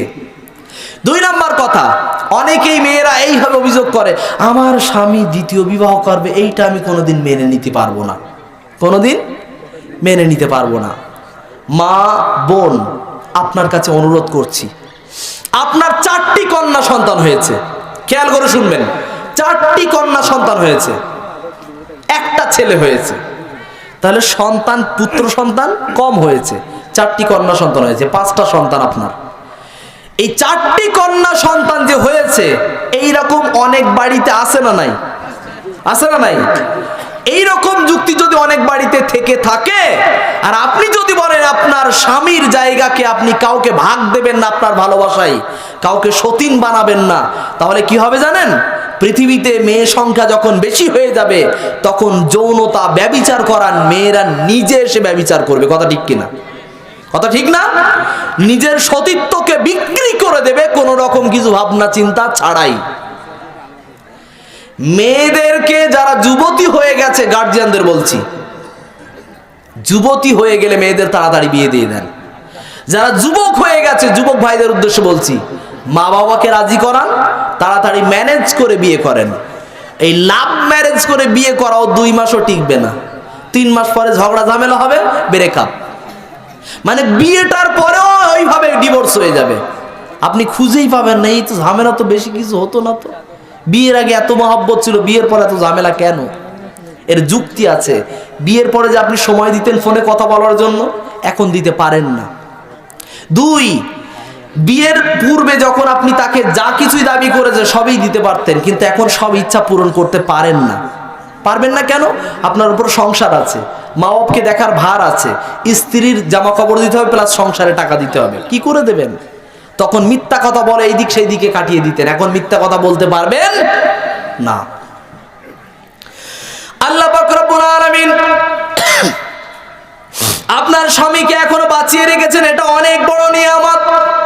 আবার আল্লাহ পাক রব্বুল আলামিন তিনি জানিয়েছেন, পৃথিবীতে আযাব গজব হিসাবে আমি পাঠিয়ে দিই ভূমিকম্প, এবং এগুলো পাঠানোর কারণ আছে। নাম্বার 1, ইযা শারিবুল খুমুর, পৃথিবীতে যখন মাদকতা বেড়ে যাবে, মদ্যপান বেড়ে যাবে, তখন আযাব গজব হিসাবে আমি ভূমিকম্প এবং ভূধস নামিয়ে দেই। খেয়াল করে শুনবেন, এদিকে আমার দিকে আওয়াজ শুনবেন। পৃথিবীতে আযাব গজব আসে, তার কারণ হলো নাম্বার 1, কি বেড়ে যাবে? মাদকতা বেড়ে যাবে। বর্তমান সময়ে বাংলাদেশের বুকে মদের লাইসেন্স দেওয়ার জন্য একটা হলো ইসলাম দল, ইসলামপন্থী দল, আর একটা হলো ইসলাম বিরোধী দল। এক দল বলছে যে মদের লাইসেন্স দিতেই হবে, আর এক দল বলছে না, মদের লাইসেন্স দেওয়া তো যাবেই না, বরং দেশ থেকে মদকে সম্পূর্ণ নিষেধাজ্ঞা জারি করতে হবে। কথা ঠিক কিনা? এটা বাংলাদেশে আন্দোলন চলছে বর্তমানে। অথচ আমার দেশে কি অবস্থা? আমাদের দেশে এটা কোনো ব্যাপারই না, এবং ওটা সেটা আবার পাশ হয়ে গেছে না, পাশও করে ফেলেছে। এই দেশটা কি রাষ্ট্র? কি রাষ্ট্র? নাস্তিক রাষ্ট্র না মুসলিম? মুসলিম দেশ। মুসলিম দেশের এই সব অবস্থা। আপনি কি মনে করছেন সৌদি আরব ফেরেশতা নাকি? হ্যাঁ, সৌদি আরব ফেরেশতা? হোটেলগুলোতে গিয়ে দেখেন, বারগুলোতে গিয়ে দেখেন, মুসলিম দেশে, ইসলামিক রাষ্ট্রে, সেইখানেও তৈরি করে দেওয়া হয়েছে বিভিন্ন বার, যেখানে গিয়ে তারা ফুর্তি করবে, তারা গান করবে, নাচ গান করবে, করে তারা মদ গিলবে। এগুলো তাদের হোটেলগুলোতে সেই সমস্ত হোটেল স্পেশালি সেখানে লাইসেন্স দেওয়া আছে। বিধায় বুঝতে পারা যায় পৃথিবীতে এই গণতন্ত্রের নামে, ধর্মনিরপেক্ষতার নামে এমন অশ্লীলতা মানুষের ভিতরে প্রবেশ করানো হচ্ছে যা ইসলাম কোনোদিন সমর্থন করে না। আমার আল্লাহ পাকের রাসূল কারীম সাল্লাল্লাহু আলাইহি ওয়াসাল্লাম তিনি জানালেন পৃথিবীতে মাদকতা বেড়ে যাবে। আপনি বললেন আমরা এলাকায় তো কেউই মদই খাই না, কিন্তু আপনার যুক্তি এবং ধারণাতে ভুল হয়েছে, আপনার চিন্তা ভাবনাতে ভুল হয়েছে। মদ কাকে বলে আপনি তো জানেনই না। মদ মানে সেইটা যেটা দোকানে রয়্যাল স্ট্যাগ বিক্রি হয়, কিংফিশার বিক্রি হয়, এইটাকে আমরা সকলে হিসাব করে নিয়েছি এইটা মদ, বাকি আর কিছুই মদ না। যে জিনিসের ভিতরে ক্ষতি আছে, যেটার ভিতরে নেশা আছে, দুইটা সূত্র খেয়াল করে রাখবেন। যেটার ভিতরে ক্ষতি আছে, যেটার ভিতরে নেশা আছে, কি বললাম? ক্ষতি আর নেশা, এই দুইটা যেটার ভিতরে থাকবে সেটা যখনই দেখা যাবে আপনি খাইতে যাবেন, সেটার নাম হবে মদ। তামাক, তামাকের ভিতরে কোন ভিটামিন আছে কথা বলতে হবে। হ্যাঁ, নেশা ভিটামিন। কপাল, তামাকের ভিতরে কোন রকম উপকার নাই, কোন রকম ভিটামিনও নাই। তামাকের ভিতরে আছে ক্ষতি এবং নেশা। জর্দার ভিতরে আমাদের হুজুররা তো পান খাবো যখন জর্দা ছাড়া আবার চলবে না। পানের নামই হলো শিব জর্দা। কি নাম? শিব জর্দা। মানে ঠাকুরের নামের জর্দা খাবে ও তো কোনো সমস্যা নাই, আবার হুজুর ওগুলো খাবে আবার কোথায়? এইভাবে গাঁট, এটা কি বলে? লুঙ্গির ভিতরে গুজে নেওয়া, কি বলে এটাকে? হ্যাঁ হ্যাঁ,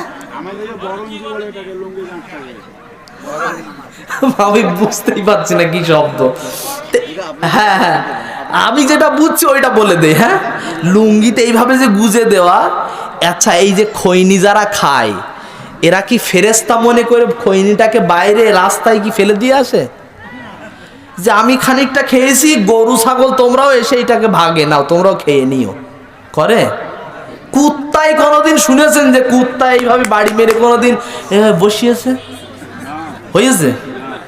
আমি বাংলাদেশে গেছি, এই যশোর দর্শনা বর্ডার থেকে শুরু করে এই গত 2-3 দিনের ঘটনা। কক্সবাজারে গেছি মাহফিল করার জন্য। তো যাওয়ার পথে বাসে করে গেছি, আসার সময় ফ্লাইটে এলাম। তো যাওয়ার সময় যাচ্ছি, দেখছি রাস্তার দুপাশে শুধু তামাকের চাষ। আমি গাছটা দেখে আমি চিনি না, আদেও চিনি না।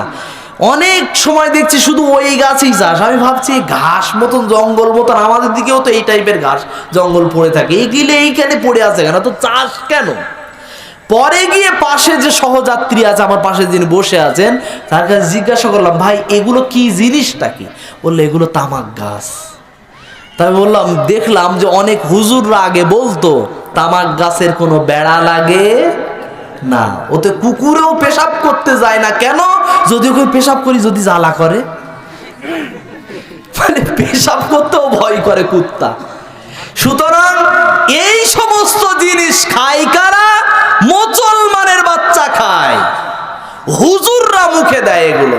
আমি বলতে যাচ্ছি, হুজুর এটা খাবেন মকরু না হারাম ও বিচার পরে করেন। খৈনি কিনতে গেলে টাকা লাগে না? তামাক কিনতে গেলে টাকা লাগে না? জর্দা কিনতে গেলে টাকা লাগে না? এই টাকা যে অর্থ সম্পদ যতটুকু হচ্ছে, ওই টাকাটা হারাম হালাল মকরু শব্দ বাদ দেন, বাদ দিয়ে ওই টাকাটা জমিয়ে জমিয়ে গরিব মানুষকে বাৎসরিক একদিন দিলে গরিব মানুষের উপকার হবে না? ভাই, হারাম হালালের ফতোয়া বাদ দিয়ে একটু মানবতাবাদী শিক্ষা নেন। মানবতার দিকে যদি আসেন তাহলে আল্লাহ ভালোবাসবে, কারণ মানুষকে ভালোবাসলে লা ইয়ারহামুল্লাহু মান লা ইয়ারহামুন নাস, যে মানুষের উপরে দয়া করে না আল্লাহ তার উপরে দয়া করবে না।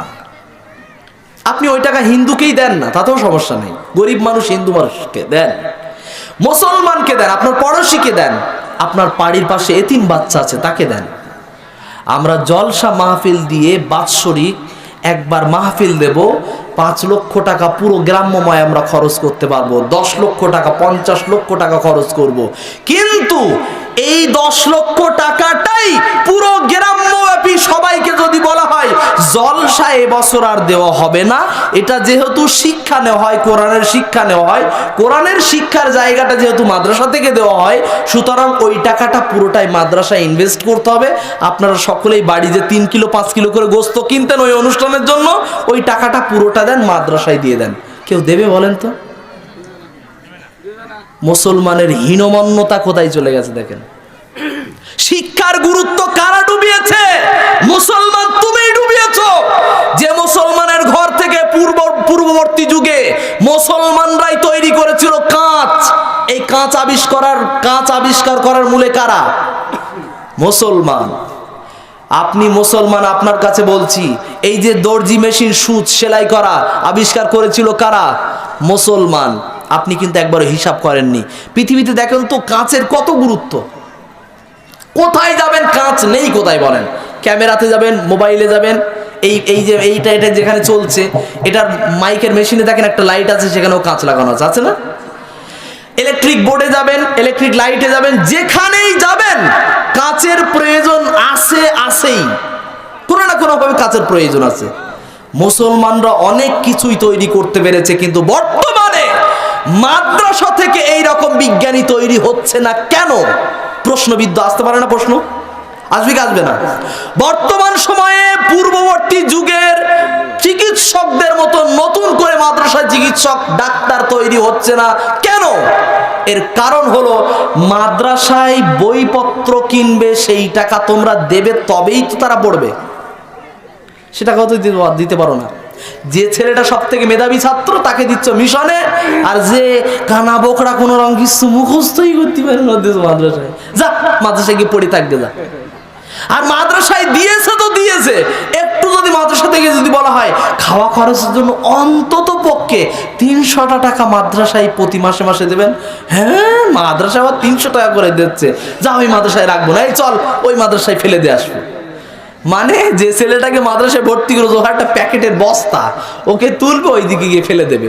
ওখানে যখন টাকা চাইবে ওই দিক থেকে অন্য জায়গায় ট্রান্সফার করে ফেলে দেবে।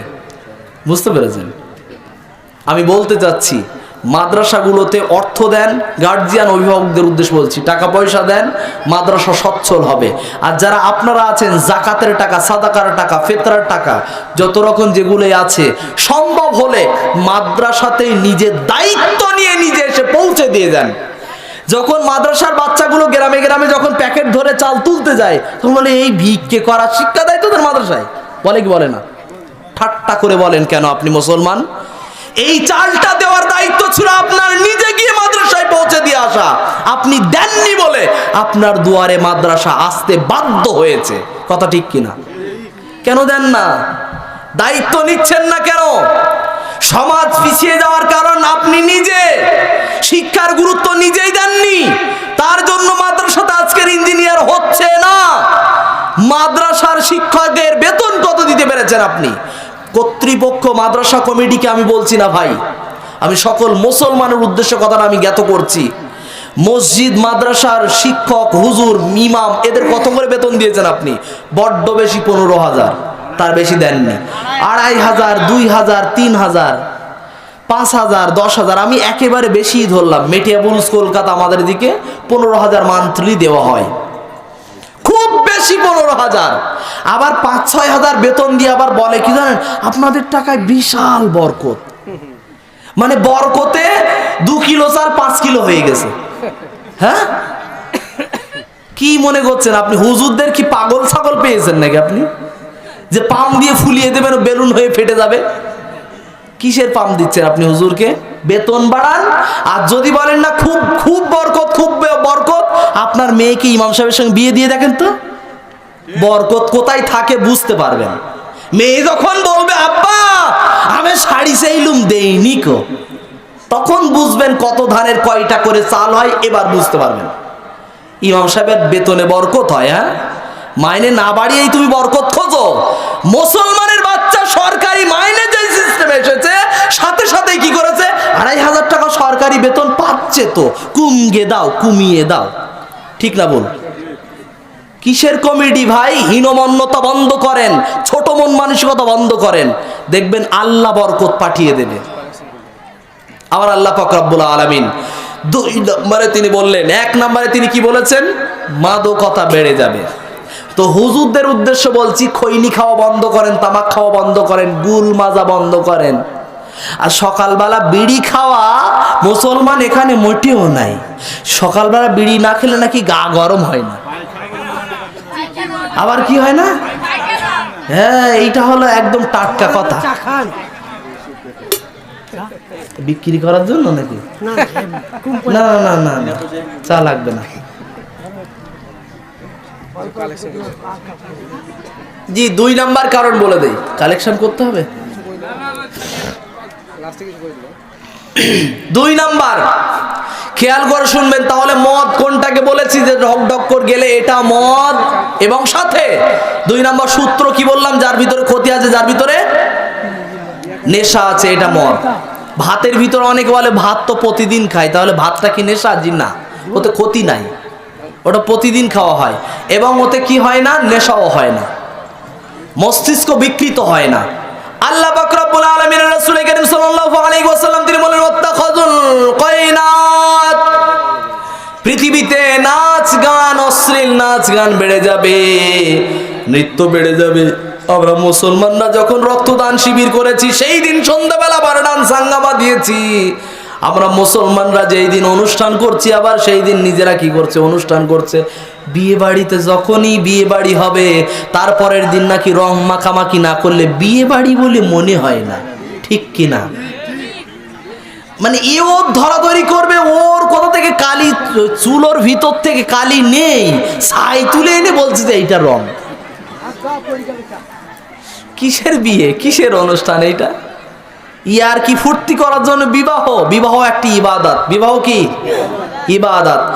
বিবাহের অনুষ্ঠান ইবাদত করেন তখন মেয়ের বাড়িতে গিয়েছে 300 জন, এটা ইবাদত? ওইটা গজব। মেয়ের বাড়িতে অনুষ্ঠান হবে না। মেয়ের বাপেরা তো খুব খুশি, হুজুর এই কথাটা বেশি বেশি করে বলেন। আঙ্গা একেবারে মাথাটা খেয়ে এলেছে। যত বলতেছি না অত লোক নিতে পারবো না, বলতেছে আমার বংশ বড়। ছেলের বাপ বলছে আমার বংশ বড়। তোমার বংশ বড় তো আমাদের কি? এই কথা বলে কি বলে না? মানে বংশ বড় বলে সবার নেমন্তন্ন দিতে হবে, লোক বেশি নিতে হবে। এই সমস্যার জন্য ভাই, এই যে ভাই চাওয়ালা ভাই, এই ভাই আপনার কাজ বন্ধ করেন। এই অকাজ করলে ঠিক হয় না। চালিয়ে যান বললে হবে? এটা বিয়াদবি। আর না, আর নাই, বন্ধ করেন ভাই, চা বন্ধ করেন। কথা বললে বুঝে না কেন ভাই? কথা বোঝেন না কেন? চার কেটলি বন্ধ করেন। আল্লাহর রাসূল কারীম সাল্লাল্লাহু আলাইহি ওয়াসাল্লাম তিনি বলেন, অশ্লীল নাচ গান বেড়ে যাবে। আপনি ভেবে নিয়েছেন আপনার এলাকাতে মোটেও ওসব কিছুই নাই, কোনো রকম সমস্যা নেই, অশ্লীল নাচ গান আপনার এলাকায় নাই। আপনার সন্তানগুলো যখন ভ্রমণে বের হয়েছে, তখন সাথে সাথে কানে হেডফোন দিয়ে ও ফেরেশতার মতো আমল করতে করতে যাচ্ছে। কি শুনছে? ঠ্যাং নাচাচ্ছে। ঠ্যাং নাচাচ্ছে মানে কেউ কি শুনছে? ওয়াজ শুনছে। ওয়াজ শুনে কোনোদিন ঠ্যাং নাচায়? হ্যাঁ, ও কানে যেটা শুনছে ও নিজে বুঝছে কি শুনছে। 3 নাম্বার হলো ওয়াদরাবু বিল মাআজিফ, বাদ্যযন্ত্র বেড়ে যাবে। আমরা বর্তমান সময়ে যে শীতকালের পরে এবার যে চলে এলো ফাল্গুন মাস, আমাদের জন্য আসবে মুসলমানের শাদীর অনুষ্ঠান, ঠিক না বল? মুসলমানের অনুষ্ঠান। আবার মুসলমানি হতে গেলে নাকি ওর আগের দিন আবার আই বুড়ো ভাত করতে হয়। কি ভাত? আই বুড়ো ভাত। আমাদের দিকে ওইটা বলে, আপনাদের দিকে কি বলে বলতে পারছি না, আমি একটু বুঝিয়ে বলি। বিয়ের আগের দিন যে গালে ক্ষীর দেয় না, কি বলে? থোবড়া। আচ্ছা, আপনাদের ভাষায় যেটা বলে, এই যে থোবড়ার অনুষ্ঠান মুসলমানিতেও নাকি করা লাগে। বুঝতে পেরেছেন? গালে ক্ষীর না দিলে নাকি মুসলমানি দেওয়া যাবে না।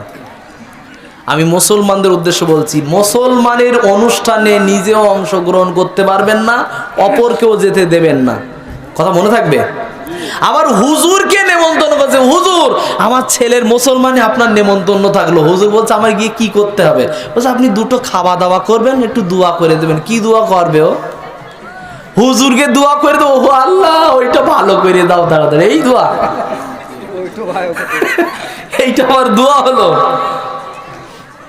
আমি বলতে যাচ্ছি মুসলমানের অনুষ্ঠানও করা যাবে না, মুসলমানের অনুষ্ঠানে শাদিও খাওয়া যাবে না। নবী ইব্রাহিম নিজে খাতনা করেছেন, অথচ তার কোনো মুসলমানের অনুষ্ঠান হয় নাই। অনেক সাহাবীর খাতনা হয়েছে, কোন দিন অনুষ্ঠান হয়েছে বলেন তো? হ্যাঁ, এই বর্তমান সময়ে শয়তানও ভাবছে এই বাবা এইরকম অনুষ্ঠান তো আমি তো ভাবিনি। মানে এই মুসলমানরা এমন অনুষ্ঠান তৈরি করেছে, শয়তানও ভাবিনি এইরকম একটা অনুষ্ঠান করা যাবে। আমি বলতে যাচ্ছি আপনাকে এই অনুষ্ঠান বর্জন করে এটার পরিবর্তনে আর একটা অনুষ্ঠান নিয়ে আসেন, সুন্নাত। নামটা কি? আকিকা করেন। সপ্তম দিনে আকিকা করেন, 7 দিনের দিন আকিকা করেন। আকিকা করলে ইবাদতও হবে, সুন্নাতও পালন হবে। ওই অনুষ্ঠান যেটা আপনি কি করছিলেন, মুসলমানিতে করছিলেন, সেটা এই দিনের ওই অনুষ্ঠানটা এই দিনেই করা যাবে। কথা মনে থাকবে? সকলে বলি ইনশাআল্লাহ। মা বোনদের উদ্দেশ্যে বলছি, আপনারা যেন আপনাদের স্বামীদের উপরে প্রেশার ক্রিয়েট করবেন না। ওই পাড়ার সবাই শাদি করতে, তুমি করলি একটুখানি কি হবে? কারণ না বলো, অন্তত আমার দুলা ভাইটার বলো। মানে দুলা ভাই আর ওনার বাপের বললেই মুসলমানের অনুষ্ঠান সফল, না হলে সফল হবে না। এরা দর্শক। আল্লাহ রাসূল কারীম সাল্লাল্লাহু আলাইহি ওয়াসাল্লাম তিনি বললেন, মিউজিক বাদ্যযন্ত্র বেড়ে যাবে, অনুষ্ঠানের ভিতরে মিউজিক বাড়াবে। যে কোনো অনুষ্ঠান হোক না কেন, কিসের অনুষ্ঠান দেখার প্রয়োজন নাই। ঈদের পরের দিন অনুষ্ঠান দিয়েছে খেলাধুলা হবে, সেখানেও মিউজিক চালায়। ঈদ উপলক্ষে অনুষ্ঠান দিয়েছে, খেলাধুলা দিয়েছে, সেখানেও গান চালায়। গান আপনি চালাতে পারেন, কোনো সমস্যা নাই। গান সেটা হতে হবে ইসলাম সম্মত গান, শরিয়া সম্মত গান। এমন গান আপনি গাইতে পারেন, এমন গান আপনি পৃথিবীতে রাখতে পারেন। সকলে বলেন, ত্রিভুবনের প্রিয় মুহাম্মদ এলো রে দুনিয়ায়।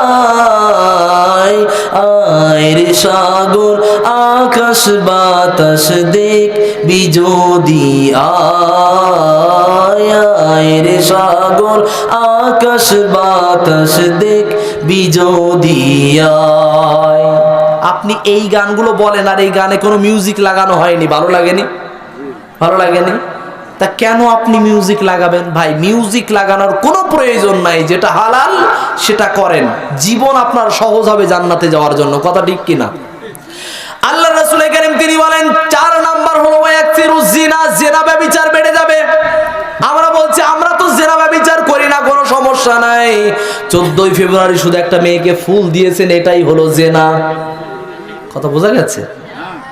একটা মেয়েকে আপনি বলতে গিয়েছেন আই লাভ ইউ, মুখ দিয়ে বললেন, এটা হলো মুখের জিনা, এইটাই জিনা। জিনা ব্যভিচার বৃদ্ধি পাবে, এটাই হলো। ওর সামনে রমজান মাস আসছে, রমজান মাসের সময় প্রেমিকা ডেকে দে, বলে তুমি ছাড়ি খাবা না, ওটো ওটো। ডেকে দিচ্ছে কি, আমার প্রেমিকা আমার ডেকে দেয় প্রতিদিন। ও 5 ওয়াক্ত নামাজ পড়ে, ও 5 ওয়াক্ত নামাজ পড়ে। ও যদি ভালো হতো তোমার মতো মদ্দা লোকের সঙ্গে কথা বলতো না। কথা বোঝা গেছে? ওই ছেলে যদি ভালো হতো, ও তাহাজ্জুদ পড়ুক আর যাই পড়ুক না কেন, ওই ছেলে যদি ভালো হতো, তাহলে তোমার মতো মেয়ে মানুষের সঙ্গে গল্প গুজব করতো না, তোমার জীবনও নষ্ট করতো না, নিজের জীবন পাপ দিয়েও ভরাতো না। একজন মেয়ে অপর ছেলের সঙ্গে গল্প গুজব করতে পারবে না, কথা বলার কোনো সুযোগ নাই। একজন ছেলে পরপুরুষের সঙ্গে, পর মেয়ের সঙ্গে কথা বলতে পারে না। আপনার প্রয়োজন হয়েছে, জরুরি প্রয়োজন, বাড়ির মানুষ, অভিভাবকদের দ্বারা আপনি কথা বলান, কোনো সমস্যা নেই। মেয়েদের উদ্দেশ্য বলছে, আপনি যদি দামি নারী হতে চান না, বোরখাকে আপনি নিজের জীবনের সঙ্গী বানিয়ে নেন, আপনাকে দামি বানিয়ে দেবে কে? আল্লাহ। একজন বাড়িতে একটা কন্যা সন্তান আছে, সেই কন্যা সন্তানটির বাড়িতে একজন বন্ধু এসেছে, ক্লাসমেট এসেছে, এসে বললো একটা নোটস আমার প্রয়োজন। সে বাড়ি থেকে দেখতে বেরো যে আমার একটা বন্ধু এসেছে, বাড়ি থেকে নিজের আব্বাকে ভাইকে পাঠিয়ে দিল, বলল দেখো আমার একটা বন্ধু এসেছে, ক্লাসমেট এসেছে, তাকে আপ্যায়ন করো, চা দাও, যা করো করো, বাইরে বসিয়ে দাও। বাইরে আসলো না। ও তখন কি করবে? সাথে সাথেই কোন জায়গাতে কেউ যদি জিজ্ঞাসা করে একটা ভালো মেয়ে আমি খুঁজছি, একটা মেয়ে দরকার আমার জীবন সঙ্গিনী হিসাবে আমি বাছাইকৃত করতে চাই, পর্দানশীল এবং নামাজি মহিলা, নামাজি নারী একটা প্রয়োজন, একটা ভালো মেয়ে দরকার, আচ্ছা বলেন তো এই ছেলেটা কি ওই মেয়ের অফারটা বলবে না?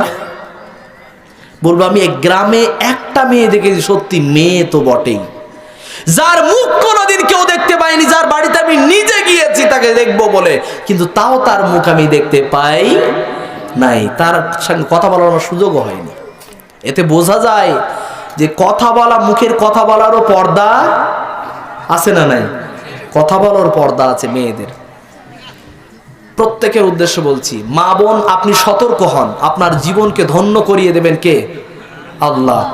পৃথিবীতে যদি আপনি আযাব গজব থেকে বাঁচতে চান, চারটি জিনিস থেকে বেঁচে থাকতে হবে। নাম্বার 1, মদ পান বাদ দিতে হবে। মদের কয়েক রকম, দুই রকম সূত্র বলেছি, সূত্র মনে থাকলে মদের কথা খেয়াল থাকবে। নেশা হবে, 2 ক্ষতি হবে। নেশা হবে, 2 ক্ষতি হবে। 2টা সূত্র খেয়াল রাখবেন, দেখবেন মদ নির্বাচন করা সহজ হয়ে যাবে। মদের কথা খেয়াল করতে হবে না, কোনটা মদ নাম দেব খুঁজতে হবে না, নাম খোঁজার প্রয়োজন নাই, মদ এমনি পেয়ে যাবেন। 2 নাম্বার হলো অশ্লীল নাচ গান বেড়ে যাবে। একজন বাবা বলছে আমার মেয়েকে আমি পর্দার সঙ্গে সুন্নতি পন্থায় নাচ গান শেখাই।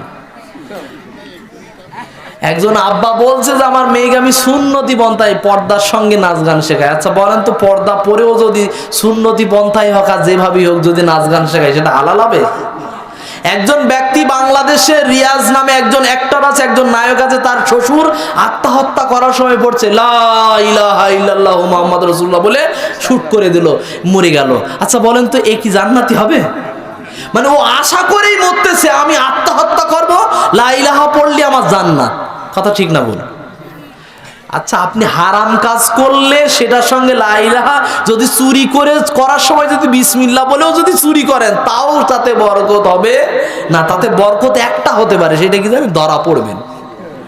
বিসমিল্লাহ বলে চুরি করলে ধরা পড়বেন, এটা গ্যারান্টি, এটা স্বাভাবিক হতে পারে, কিন্তু ওতে যে বরকত হবে না এটা স্বাভাবিক।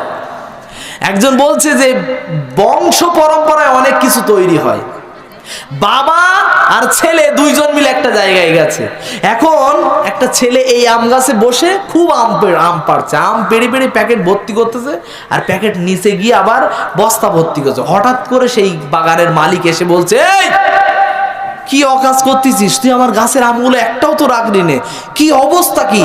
আচ্ছা দেখ আজকেরই তোর বাপের সঙ্গে আমি গিয়ে বলছি, দাঁড়া। যেই বলেছে আমার বাপের সঙ্গে গিয়ে বলবেন, আমার বাপকে কোথায় খুঁজতে পারেন? বলছে এক্ষুনি বাড়ি যাচ্ছি। বাড়ি যাওয়ার দরকার নেই, ওই আম গাছ আমার আব্বা রয়েছে।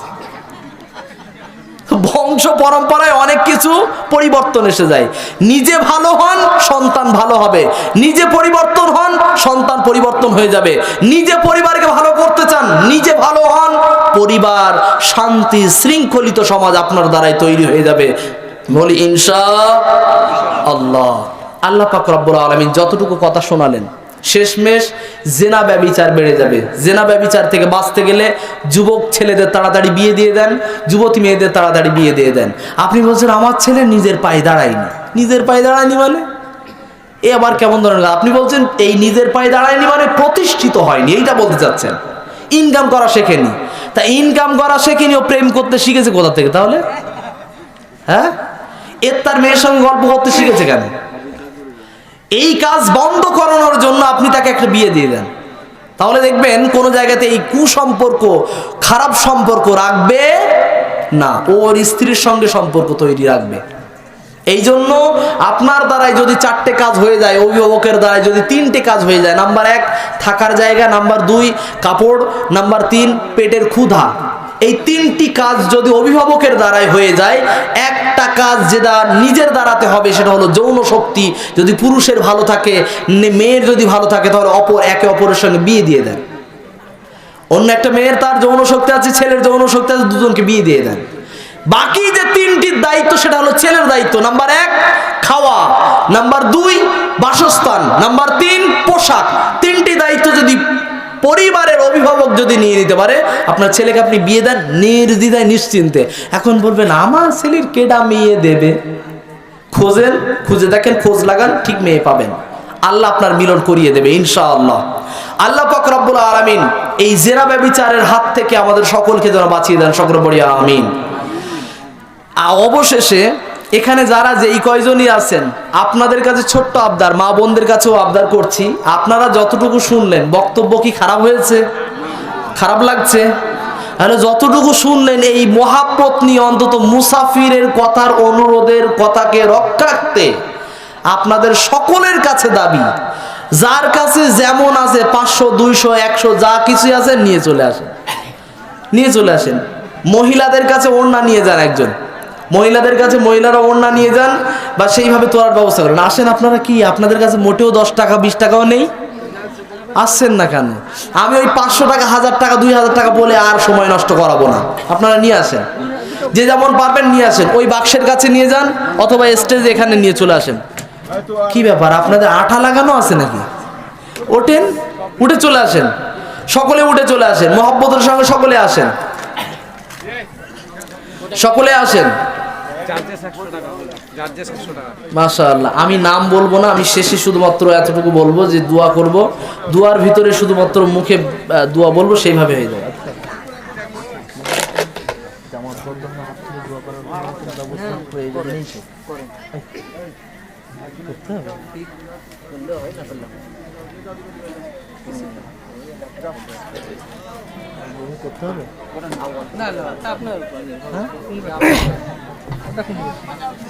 জরুরি কিছু নেই। আচ্ছা আচ্ছা, না যদি করতে বলেন তাহলে করুন। না না না না, যে আপনার মতে খারাপ হয়তো আমরা কেন?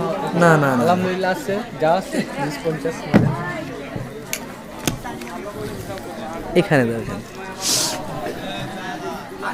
মাশাআল্লাহ, যে যেমন পারেন মা বোনদের কাছে যান, অবশ্যই মা বোনদের কাছে যাবেন।